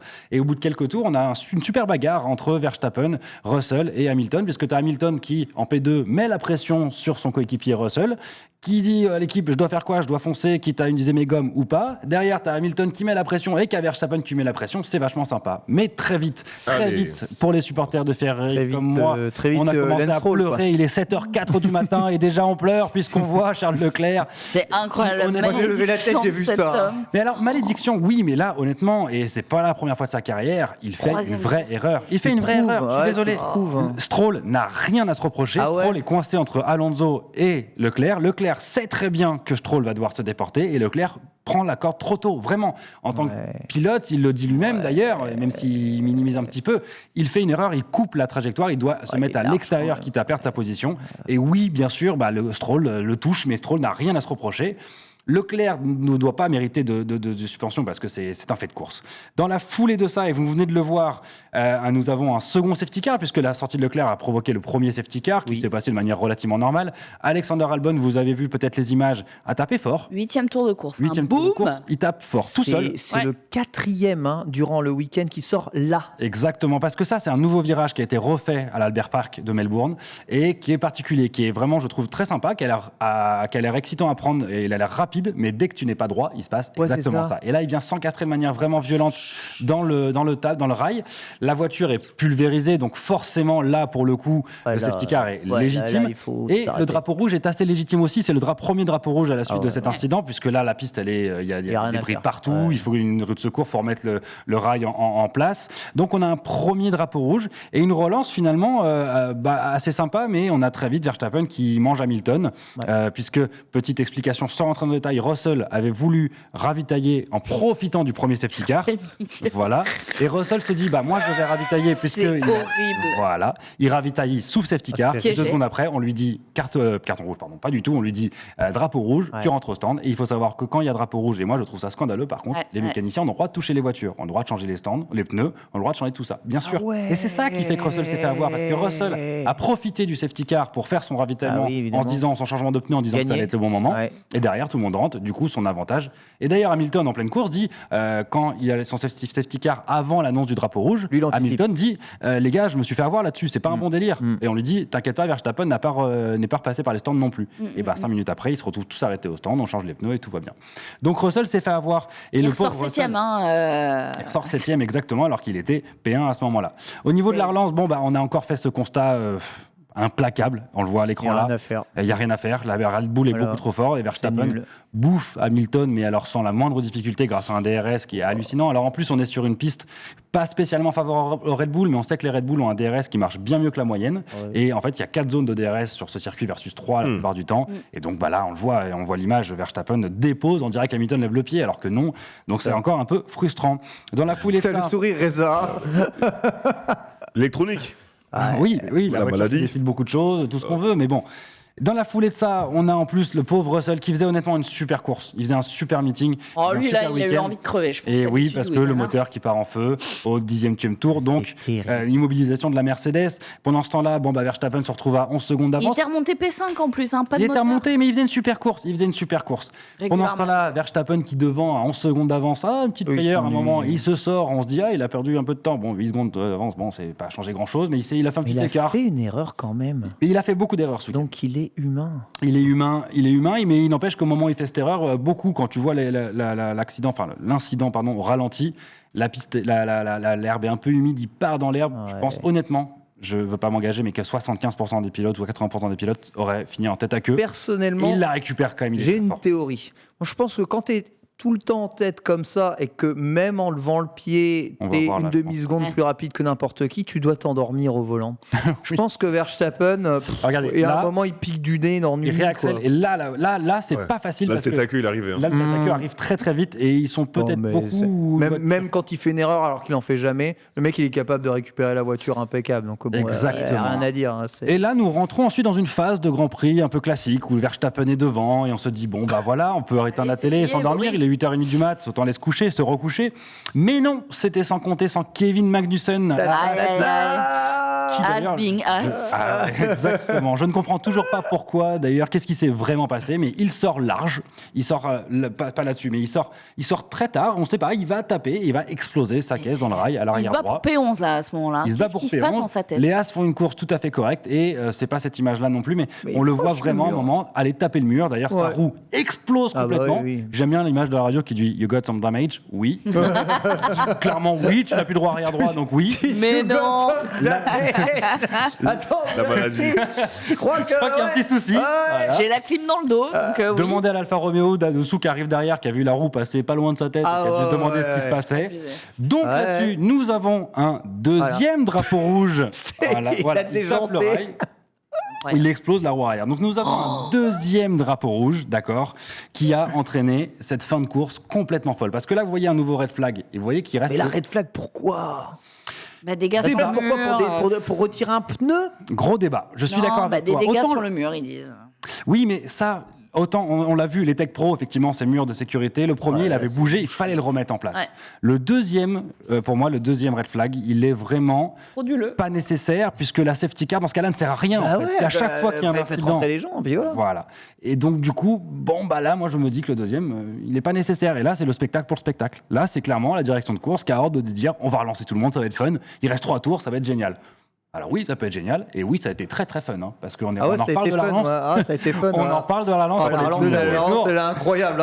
Par Verstappen qui était à 10 secondes devant tout le monde, on a relancé tout le monde. À ce moment-là, c'était trop drôle. C'était au moment où il faisait lancer. Je commente un match, je retourne sur l'écran pour voir ce qui se passe, et là je vois la fin du monde, l'apocalypse. Qu'est-ce qui s'est passé ? Je fais retour en 10 secondes. Ouais, c'est hallucinant. L'effet papillon de Formule 1 est extraordinaire. En gros, nous avons Carlos Sainz en P4 qui harponne, comme on l'a vu, Fernando Alonso, déclenchant vraiment cet effet papillon que moi j'ai trouvé très très fun, mais encore une fois qui peut être surprenant, puisque derrière, les Français, on les voit, Ocon satellise clairement... son coéquipier Pierre Gasly satellise complètement. Oui, c'est Gasly qui fait complètement. Excuse-moi après, l'erreur, elle est évitable, mais elle est compliquée. Regarde, il revient. Il réaccélère. C'est compliqué, elles sont côte à côte. Il n'y en a aucun des deux qui veut lâcher. Mais le résultat est simple. Les deux Alpines sont dans le mur. Les DNF font très très mal, alors qu'Alpine faisait un week-end correct. L'équipe vidéo, on a des nouvelles. Est-ce qu'ils ont mis des petites photos Insta Alors tout de suite, post au Grand Prix, Ocon et Gasly ont fait un tweet ensemble. On fait une vidéo ensemble. Ils disent on a discuté, tout va bien, on reste copains, tout va bien dans le meilleur des mondes. Voilà, à voir, à suivre, mais surtout que derrière, il n'y a pas eu que ça, puisqu'il y a eu Sargent Williams qui a donné un élan à l'autre rookie De Vries en essayant de le pousser en disant vas-y, gagne du temps. Bien sûr, ils finissent tous les deux au tas. Donc on se retrouve avec quelle voiture au tapis. Donc la conséquence de ça, troisième drapeau rouge, donc troisième restart. Et restart qui, bien sûr, vu qu'il ne restait même pas un tour, se fait sous safety car et victoire de Verstappen sous safety car. Mais il y a deuxième situation, c'est que première question qui se pose, et là tu as raison, elle est vraie, c'est est-ce que le deuxième red flag est nécessaire ? Le troisième, une fois que c'est le bordel comme ça, il est nécessaire. Il y a 5 voitures à out, c'est n'importe quoi. Pour un pneu, mais le deuxième, changer un pneu en 2 minutes, c'est chaud quand même. Voilà, le deuxième, est-ce qu'il est nécessaire ou pas? Et la deuxième question, c'est surtout que, en fait, à la fin, au moment de tout ce joyeux bordel qu'on a vu, il n'y a même pas eu un secteur entier qui a été fait. Donc, quand il y a eu tout cet accident-là, cette situation, on voit notamment par exemple Alonso qui passe de P3 à dernière position parce qu'il se fait sortir, la FIA a dit non, on va recommencer avec les places du départ du restart post-drapeau rouge. Oui, c'est ça. Mais oui, parce qu'en fait, dans ce joyeux bordel, la FIA a dit on est incapable de vous dire qui est-ce qui est 1, 2, 3, 4, enfin 1, 2, 3, 6, mais qui est l'ordre précis des pilotes. Ouais. Donc ils ont recommencé au dernier point de comptage, ce qu'on appelle, qui est donc la fin, le relance du red flag, le restart du red flag 2. Et ça, pareil, Haas a d'ailleurs commencé à faire une petite réclamation parce que Hülkenberg avait gagné 2-3 places et la FIA a dit c'est comme ça, c'est pas négociable. Entre-temps, ils avaient donné une petite pénalité à Sainz qui avait fait une course tout à fait honorable, qui passe donc de P4 fini à P12, pas de points. Donc, un joyeux bordel pour Ferrari finir. Ferrari ravi ou pas? Pardon? Ferrari content? Je vois de quoi tu parles. Je vois pas de quoi tu parles. Moi, j'ai dit qu'il faut laisser un an et demi après passer. Alonso l'a pas payé cher aussi cette course, lui. Non, du coup, puisqu'il finit P3. Okay, grâce au fait, tu l'as vu, il s'est fait sortir, il se retrouve dernier. Mais il est en colère, mais c'est ce que je viens d'expliquer. Grâce au fait que la FIA a dit, tout ce restart-là, on l'annule et on reprend. Il est reparti P3. Il est reparti P3 et tout son safety car à l'arrivée, il le fait P3. sortir, je me dis, c'est foutu pour lui. Non, il repart. Il repart, sa voiture est relativement en bon état, mais la voiture est surtout il finit sur safety, donc rien à battre. Et surtout, ils ont été arrêtés une demi-heure en plus, donc ils ont le temps de redémarrer la voiture. Enfin, non, mais ça a été... Du coup, ça a été du spectacle. Dire, excuse-moi. Mais ça ne veut rien dire. Voilà, c'est pas le sport qui a gagné ce week-end. Il faut être pragmatique. C'est un Grand Prix chaud, c'était marrant. Moi, je préfère voir ça que voir ce qu'on a vu la semaine dernière, enfin il y a 2 semaines à Jeddah. Mais au final, on se retrouve avec un classement qui est un peu chamboulé, qui est compliqué. Du coup, Pérez, il finit combien du coup? Pérez finit 5. D'ailleurs, faisons un petit point sur le classement final. Pérez, donc Verstappen l'emporte en étant en première position, évidemment. Hamilton derrière lui. Alors, je vais pas parler des écarts puisqu'on rappelle qu'ils arrivent sous safety car, donc ce n'est pas intéressant. Donc le podium, c'est Verstappen, Hamilton, Alonso, toujours là. Alonso, 3 podiums sur 3 courses, donc respect, rien à dire. Les 3 champions du monde sont là. 3 grands pilotes des 3 champions du monde sur le podium. Ça, c'est là, côté sympa. Nous avons derrière la deuxième Aston Martin de Lance Stroll. Donc Aston Martin réussit son premier P3 et P4, ce qui est quand même non négligeable, et continue de s'envoler au classement. Nous avons Perez 5, Norris 6. On en parle? Les McLaren, depuis le début, ils sont en fond de peloton, là. Ils finissent 6 et 8, puisque Piastri, le deuxième pilote McLaren, fait ses premiers points en Formule 1, le rookie. Donc, McLaren qui revient, moi, ça me fait quand même plaisir, parce que je trouve que cette écurie en fond de plateau, ça faisait mal. Je sais que toi, t'es pas un fanat. Non, je suis pas fanat. Fallait pas casser la voiture. Oui, parce que quand ils ont pas cassé la voiture, ils ont fait le job. Écoute, les points mérités. C'était la méta du circuit, il fallait pas casser la voiture. Quand t'as 12 personnes à l'arrivée, tu te dis que la chance de faire des points, elle est plus forte. Donc, du coup, reprenons Norris 6, Hülkenberg 7, Piastri 8, l'Alfa Romeo d'au-dessous 9 et Tsunoda 10 pour finir les points. Bottas. Donc ça a été un peu compliqué. Faisons maintenant un petit point. Alors je tiens quand même à préciser, c'est important, qu'avant cette course, seuls 4 Grands Prix avaient compté 3 départs ou plus dans leur histoire. Donc c'est 2 avant 2020 notamment, donc l'Autriche en 87 et la Belgique en 90, et 2 autres depuis, puisqu'il y a la Toscane en 2020 et l'Arabie Saoudite en 2021 avec cette fameuse relance dans le dernier virage, dans le dernier tour, avec ce fameux duel Hamilton-Verstappen pour le titre. Juste, on note l'avis de Verstappen quand même, qui s'est tout de suite prononcé en appelant ce Grand Prix un joyeux bazar, justement. Oui. Et il a dit « On ne doit pas avoir tous ces drapeaux rouges, c'est un scandale. On devrait facilement résoudre ces problèmes avec des voitures de sécurité ou des voitures de sécurité virtuelles. Je ne sais pas pourquoi on fait ces nouveaux départs, parce que ça crée le chaos. On ne devrait plus utiliser ce système. » Il dit que le deuxième drapeau est frauduleux. Complètement. Alors, venant d'un mec qui a été champion du monde aussi grâce à un drapeau rouge dans les derniers tours, on en reparle, mais je suis quand même, moi, à titre personnel, globalement d'accord avec lui. Le spectacle à outrance, oui, mais il faut rester cohérent. Et je trouve que là, on a un petit poil manqué de cohérence. Voilà, donc faisons un petit point sur le classement pilote maintenant, puisque à grande déception, il n'y a pas de débat pour la première position. Évidemment, Max Verstappen est premier avec 69 points, Sergio Pérez deuxième avec 54 points, Alonso troisième avec 45 points, Hamilton avec 38 points est en quatrième position et reste en embuscade quand même, puisque le duel en gros pour la deuxième place des constructeurs est quand même génial. Il y a beaucoup de positions encore en bagarre. Carlos Sainz 5e avec 20 points, en égalité de points avec Lance Stroll. Norris, le Russell 7e, Norris 8e et Charles Leclerc 9e. Charles Leclerc seulement 9e avec 6 petits points, égalité de points avec Hülkenberg. Ça fait mal quand tu aimes bien le pilote et les rouges. C'est clair. Ensuite, niveau constructeur, comme on le dit, la bagarre pour la deuxième place va être vraiment fun. Alors, honnêtement, on voit aujourd'hui, Red Bull a effectivement premier avec 123 points, Aston Martin deuxième avec 65 points et troisième Mercedes avec 56 points. On pourrait se dire que Ferrari est déjà hors catégorie puisqu'ils ne sont que quatrième avec 26 points. Moi, je n'enterrerai pas Ferrari tout de suite. La saison est très longue, je vous rappelle, il y a quand même 22 courses cette saison. Donc oui, Ferrari est déjà loin de Mercedes, mais quand on voit le niveau des perfos, même si en qualif c'était compliqué, on a vu Sainz qui roulait plutôt vite. Leclerc, on ne sait pas ce que ça donnait puisqu'il s'est sorti tout de suite, mais honnêtement, au niveau des chronos et du tempo, la Ferrari de Sainz allait aussi vite que les Mercedes, ou en tout cas allait aussi vite que les Aston. Et ça, c'est quand même pas négligeable. Donc il y a du mieux côté Ferrari, il faut voir, mais je ne les enterrerai pas tout de suite. Red Bull sera champion du monde, Verstappen sera champion du monde, je pense pas trop mouillé en disant ça. En revanche, la P2 du classement des constructeurs. Pour l'instant, certes, Aston Martin est devant, mais Mercedes montre du mieux et Ferrari, je le pense, va montrer du mieux. Donc, on va voir. Et McLaren qui se replace en 5e position du classement des constructeurs. 3e Grand Prix de l'année. Verstappen est champion du monde. Ouais. Red Bull est champion du monde. La domination est violente. Excusez-moi, mais... Et je veux dire, il est parti 20e, Pérez. Il finit 5. Ouais. Mais sincèrement, c'est vraiment parce que le Grand Prix permettait pas trop de gagner une seconde au tour, tu vois. Mais il gagnait 0,5 tous les tours. Et s'il n'était pas autant dans la mélasse, et qu'il n'y avait pas eu tout ce joyeux bordel.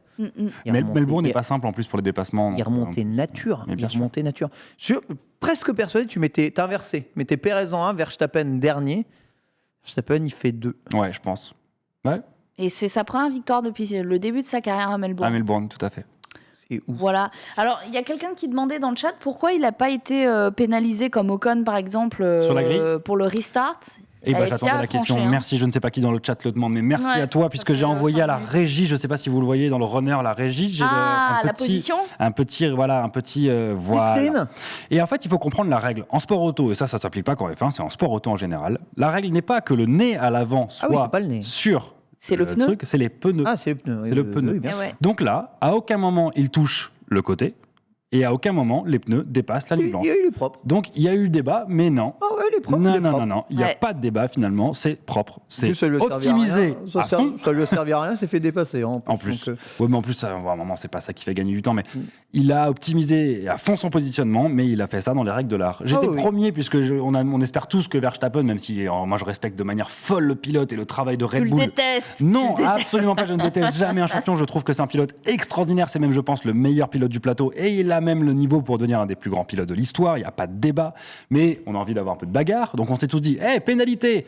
Et en fait, quand tu regardes, non, il n'y a pas de débat. Il n'y a pas de pénalité. Donc, encore une fois, GG Verstappen, GG Red Bull. GG Mercedes pour le travail, GG Aston. Et pas GG Ferrari. GG Ferrari, justement, on terminera avec un commentaire sur f1only.fr. André, fan Ferrari, je pense que tout est dans le titre.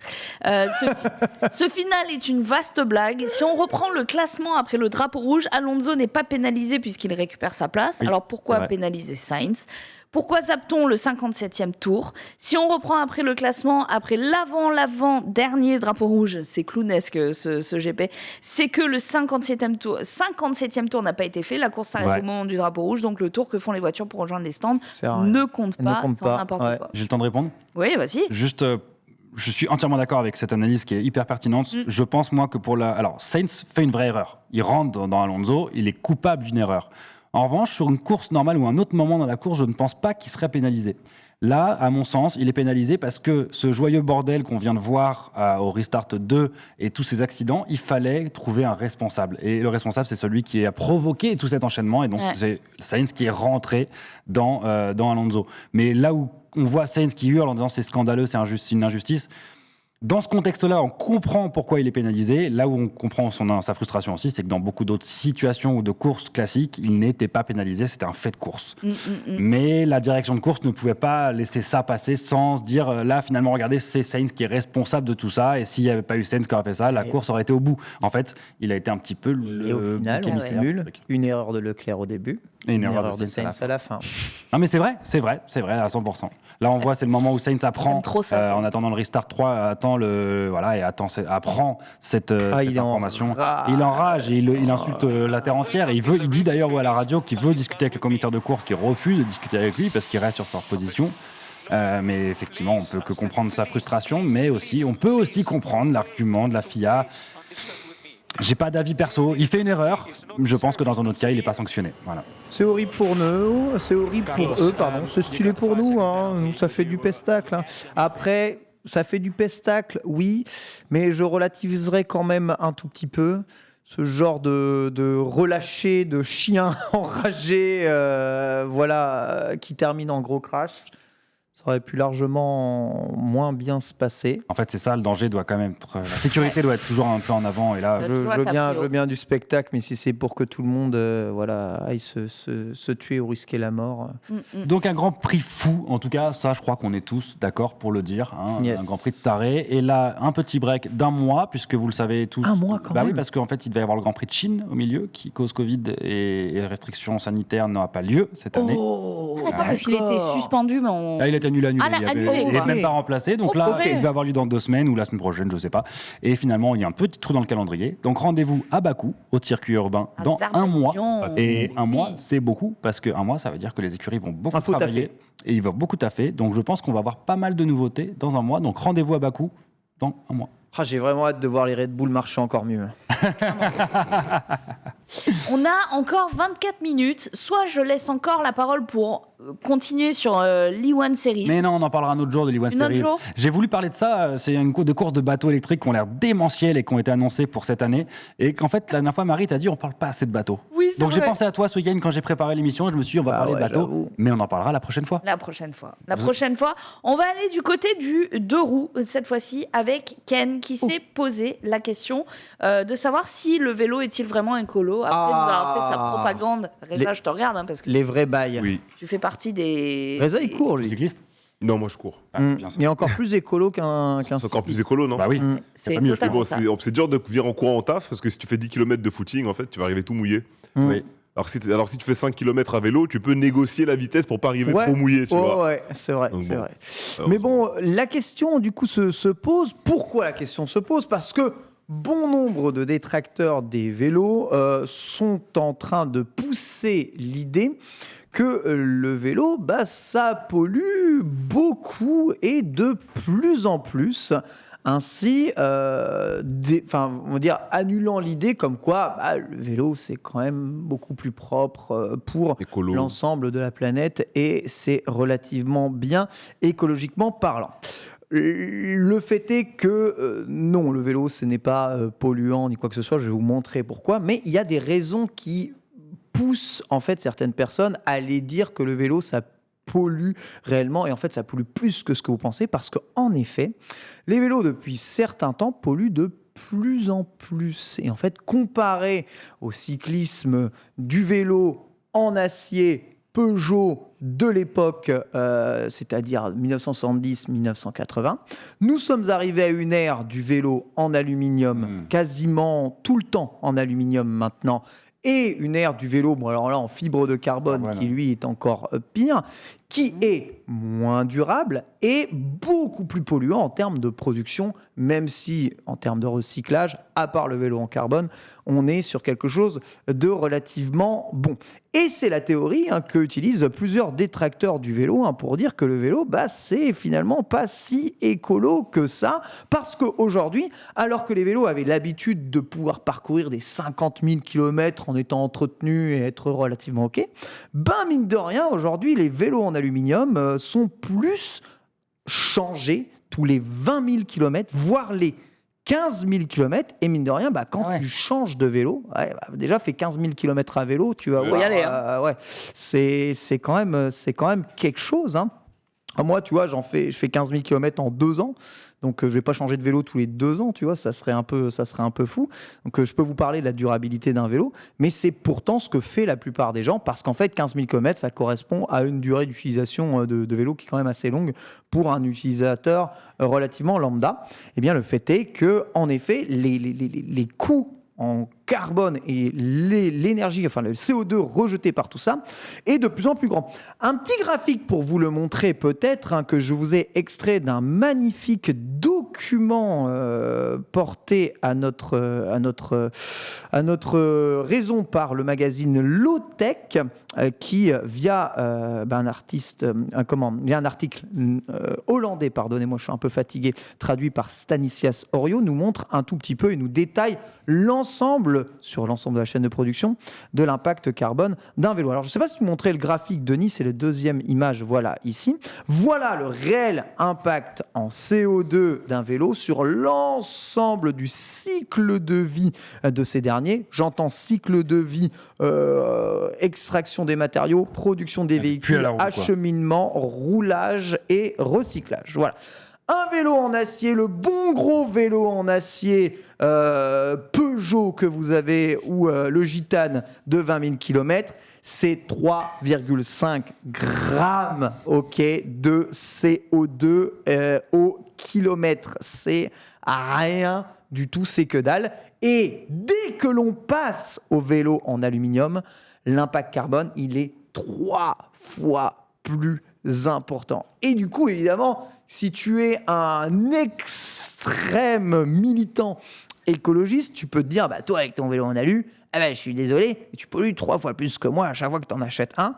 Et si tu ne l'entretiens pas, ou tu ne le gardes pas convenablement, que tu fais que 15 000 km, tu montes à 15 grammes. Mais il faut quand même relativiser les choses parce que il y a largement pire dans la vie. Dès que l'on passe au vélo partagé, donc un Vélib par exemple, on parlait beaucoup de la trottinette en libre partage, les Vélib, ça pollue beaucoup plus. L'espérance de vie d'un Vélib, c'est 12 000 km. Ajoutez à ça, vous avez des vélos qui pèsent 20 kg, donc qui sont 2 fois plus lourds qu'un vélo en aluminium classique, donc qui nécessitent 2 fois plus de matériaux, et qui en plus nécessitent toute une mobilisation pour être entretenu, mobilisation qui, même si le vélo n'est pas individuel, pollue énormément, mine de rien, mais ça pollue quand même toujours moins que si tu fais que 5000 km avec ton vélo en alu acheté à Decathlon, sachez-le. L'électrification des vélos aussi pollue énormément, alors qu'un vélo en acier avec moteur électrique, que vous pouvez trouver, il y en a beaucoup, des motorisations électriques sur des vélos en acier type single speed ou type vélo à l'ancienne, est relativement impactable. Dès que vous faites de l'électrification d'un vélo en aluminium, eh bien, vous avez un impact qui peut monter jusqu'à 64 grammes. Cargo en fibre de carbone, donc vous les voyez souvent passer, ces cargos qui sont souvent en matière, en fibre de carbone, qui sont électriques, qui eux consomment énormément, qui ont des grosses batteries, 79 vélos en aluminium, si vous faites que 2000 km, 106 grammes. Vélo en aluminium partagé, donc les Vélib aux États-Unis, 118 grammes, évidemment, c'est fonction beaucoup de l'endroit où vous vous trouvez, de comment est produit l'énergie et surtout de comment sont acheminés les matériaux. Les États-Unis ne font littéralement aujourd'hui aucun effort. Mais, même si vous êtes dans le pire endroit du monde, avec le pire vélo du monde, électrifié de façon n'importe quoi, et que vous vous en servez quasiment pas, vous êtes 2 fois moins impactant qu'une voiture. Oui. Et j'entends une voiture moyenne prise, tout type de voiture électrique slash thermique sur l'ensemble de sa vie. Et surtout, quand on compare voiture et vélo, le cycliste classique, il va avoir son vélo en aluminium personnel, il va rouler relativement longtemps avec, ou alors moteur électrique avec un vélo en alu, ça c'est le très classique, le moustache, le machin que tout le monde a. Moi j'ai un cow-boy, c'est vélo en alu, truc électrique, et il ne va impacter que 16 grammes de CO2, tu vois, par kilomètre. Enfin, c'est vraiment pas grand-chose. Mais voilà, ça suffit pour dire que oui, les vélos, ils sont de moins en moins durables. Donc, évidemment, ça a un impact aussi important. Si vous voulez vraiment être écolo, il ne s'agit pas seulement de rouler en vélo. Il s'agit aussi d'entretenir un peu vos objets et de faire en sorte qu'ils durent plus et pas les foutre à la casse. Ça marche pour tout, d'ailleurs. Voilà, et changer 150 000.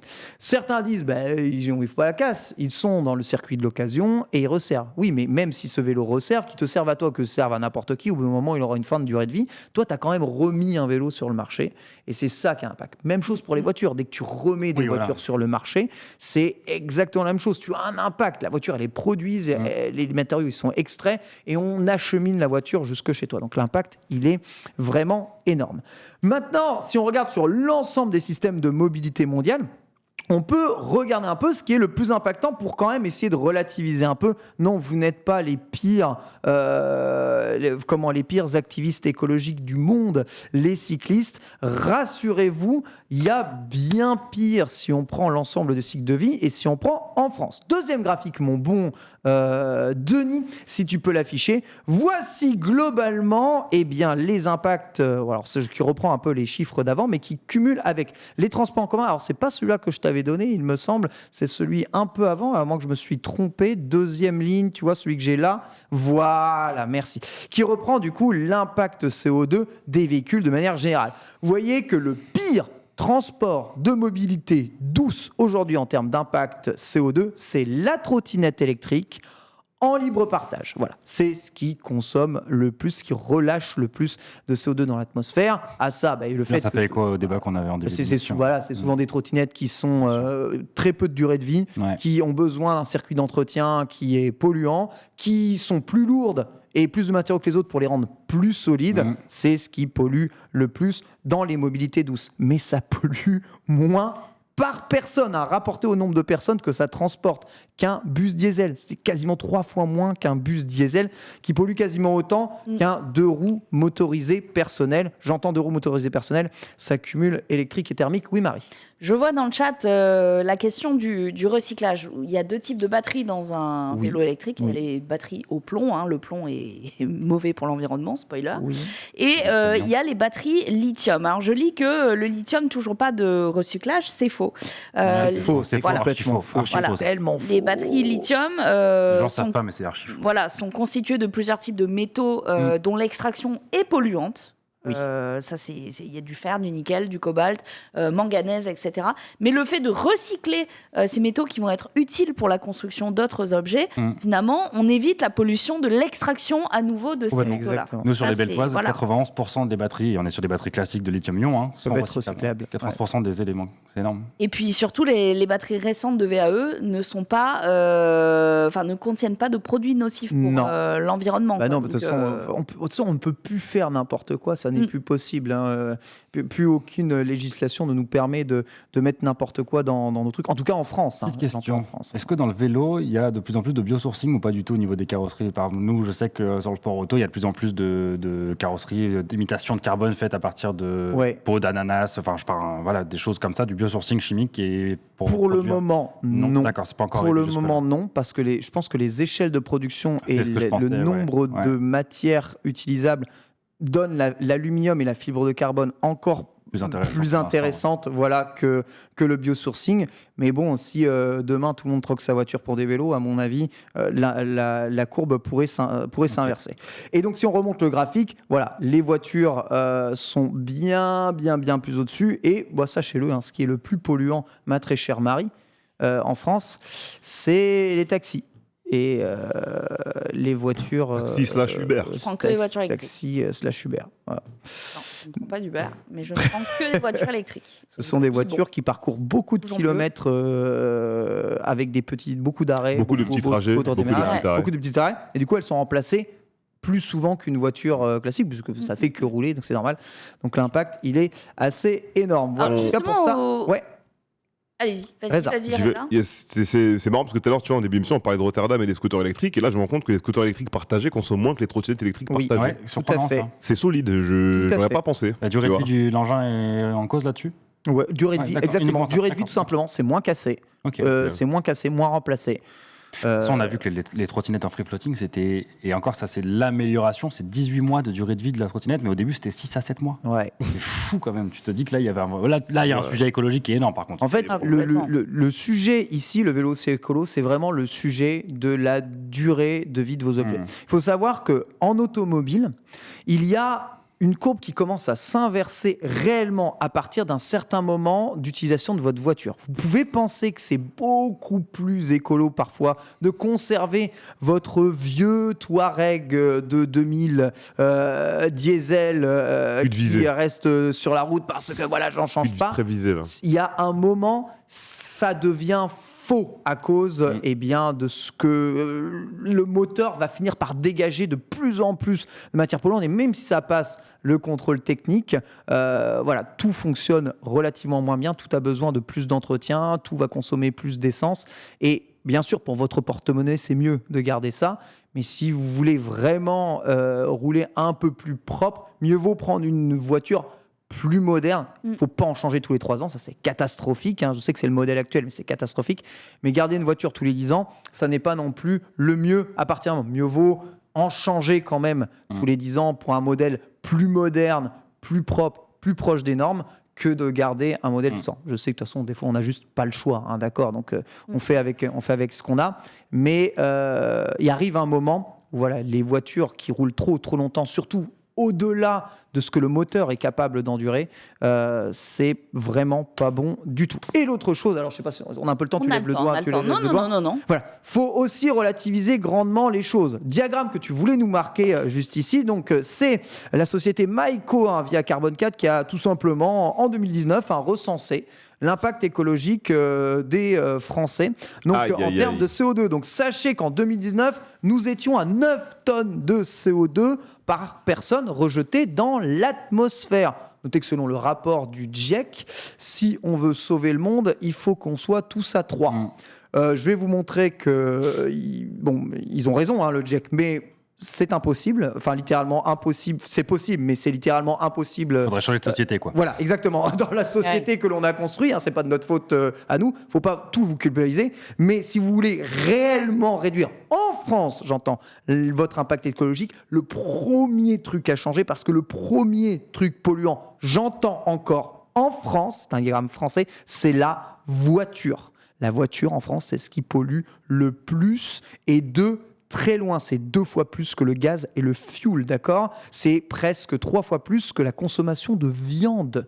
C'est gigantesque. L'avion, et c'est ça qui est assez fou, alors attention, j'entends l'avion en France, c'est sûr que si vous... Aux États-Unis, c'est pas pareil. Exactement. J'attends l'avion en France. Évidemment, les trajets d'avion en France, ils sont peu nombreux, donc en fait, il n'est pas impactant. Bien sûr que l'avion overall, c'est bien plus polluant que la voiture. C'est pas ce que ce diagramme dit là.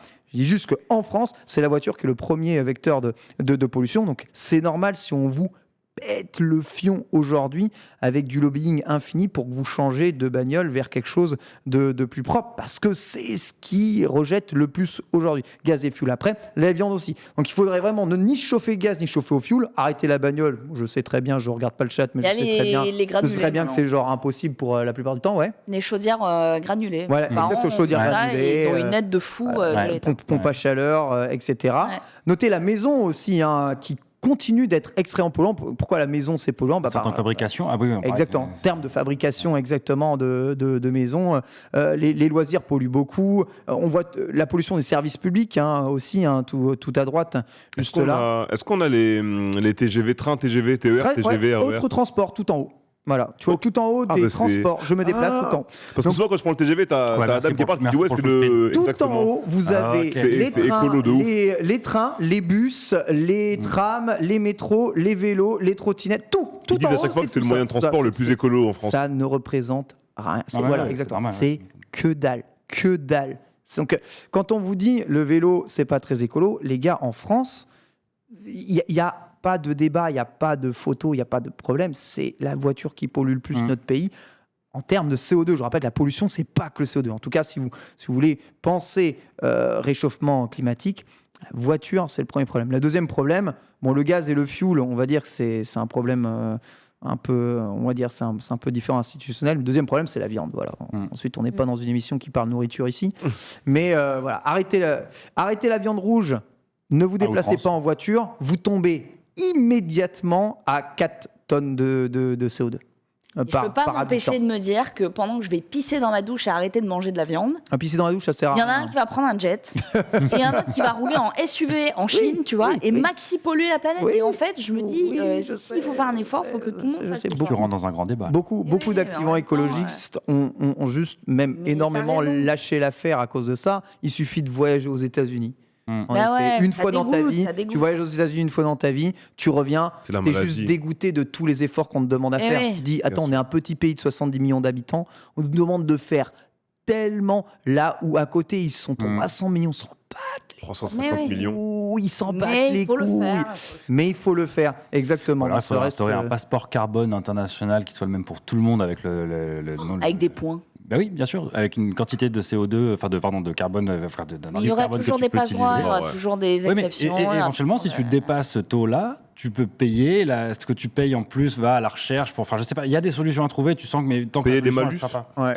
Pourquoi pas? Mais après, je dis pas que c'est la bonne solution et je veux même pas rentrer dans le débat et le chat me répondait même pas à ça. Mais tant qu'il n'y aura pas une solution un peu internationale, et c'est impossible, ça s'appelle une utopie, il n'y aura pas de... Même si le réchauffement est global, donc le CO2 en est directement responsable, localement moins dégagé sur son territoire national ou au moins localement de façon européenne, ça a un impact quand même sur le climat relativement local. Bon, ça ne changera rien à des choses ou à des catastrophes climatiques qui peuvent venir d'ailleurs et qui se déplacent de façon planétaire, mais ça peut réellement réduire, on va dire, l'impact chez nous et rendre notre vie plus vivable à l'avenir. Autre chose, il y a le réchauffement climatique, mais il y a aussi la pollution de manière générale, les environnements dans les villes, etc. C'est aussi pour ça qu'on force beaucoup les méthodes de transport doux, parce qu'on sait pertinemment que les poussières dégagées par les pots d'échappement, ça fait du mal à nos enfants sur le long terme. La mauvaise nourriture que l'on peut manger sur le long terme, c'est absolument dramatique en termes de maladies, en termes de cancer. Ça c'est sourcé, prouvé scientifiquement. Donc voilà, on fait ce qu'on peut avec ce qu'on a. On n'est pas tous, on peut pas tous faire tout ce qu'on, on peut pas tous faire toutes les concessions du monde. Et sachez qu'à 9 tonnes, et même on est tombé aux alentours de 8 en 2022, sachant que le taux le plus bas est évident pendant le Covid. Alors, tout le monde était bloqué, bizarrement aucune voiture roulait. Eh bien, on a quasiment battu des records mondiaux en termes d'émissions. Mais voilà, il faut Faites ce que vous pouvez, mais surtout, ne culpabilisez pas les autres d'essayer de faire des efforts, parce que c'est encore pire. Et rendez-vous compte des véritables problèmes sur le territoire français. Note que si on dézoome, un des plus gros problèmes mondiaux, c'est l'agriculture et la fabrication d'engrais pour l'agriculture. Bien sûr. C'est une des choses qui consomment le plus d'énergie dans le monde et qui rejette le plus de CO2 dans le monde. Transport de marchandises. Voilà. Exactement, transport de marchandises, etc. Donc, bon, il y a d'autres problèmes, t'entends ? Mais si tout le monde s'y met... Manger du houmous, on nous dit. Manger du houmous, ouais. Ah bah, j'avoue que t'es végétarien à vélo, franchement, mec, tu peux pas trop le versus. Hein.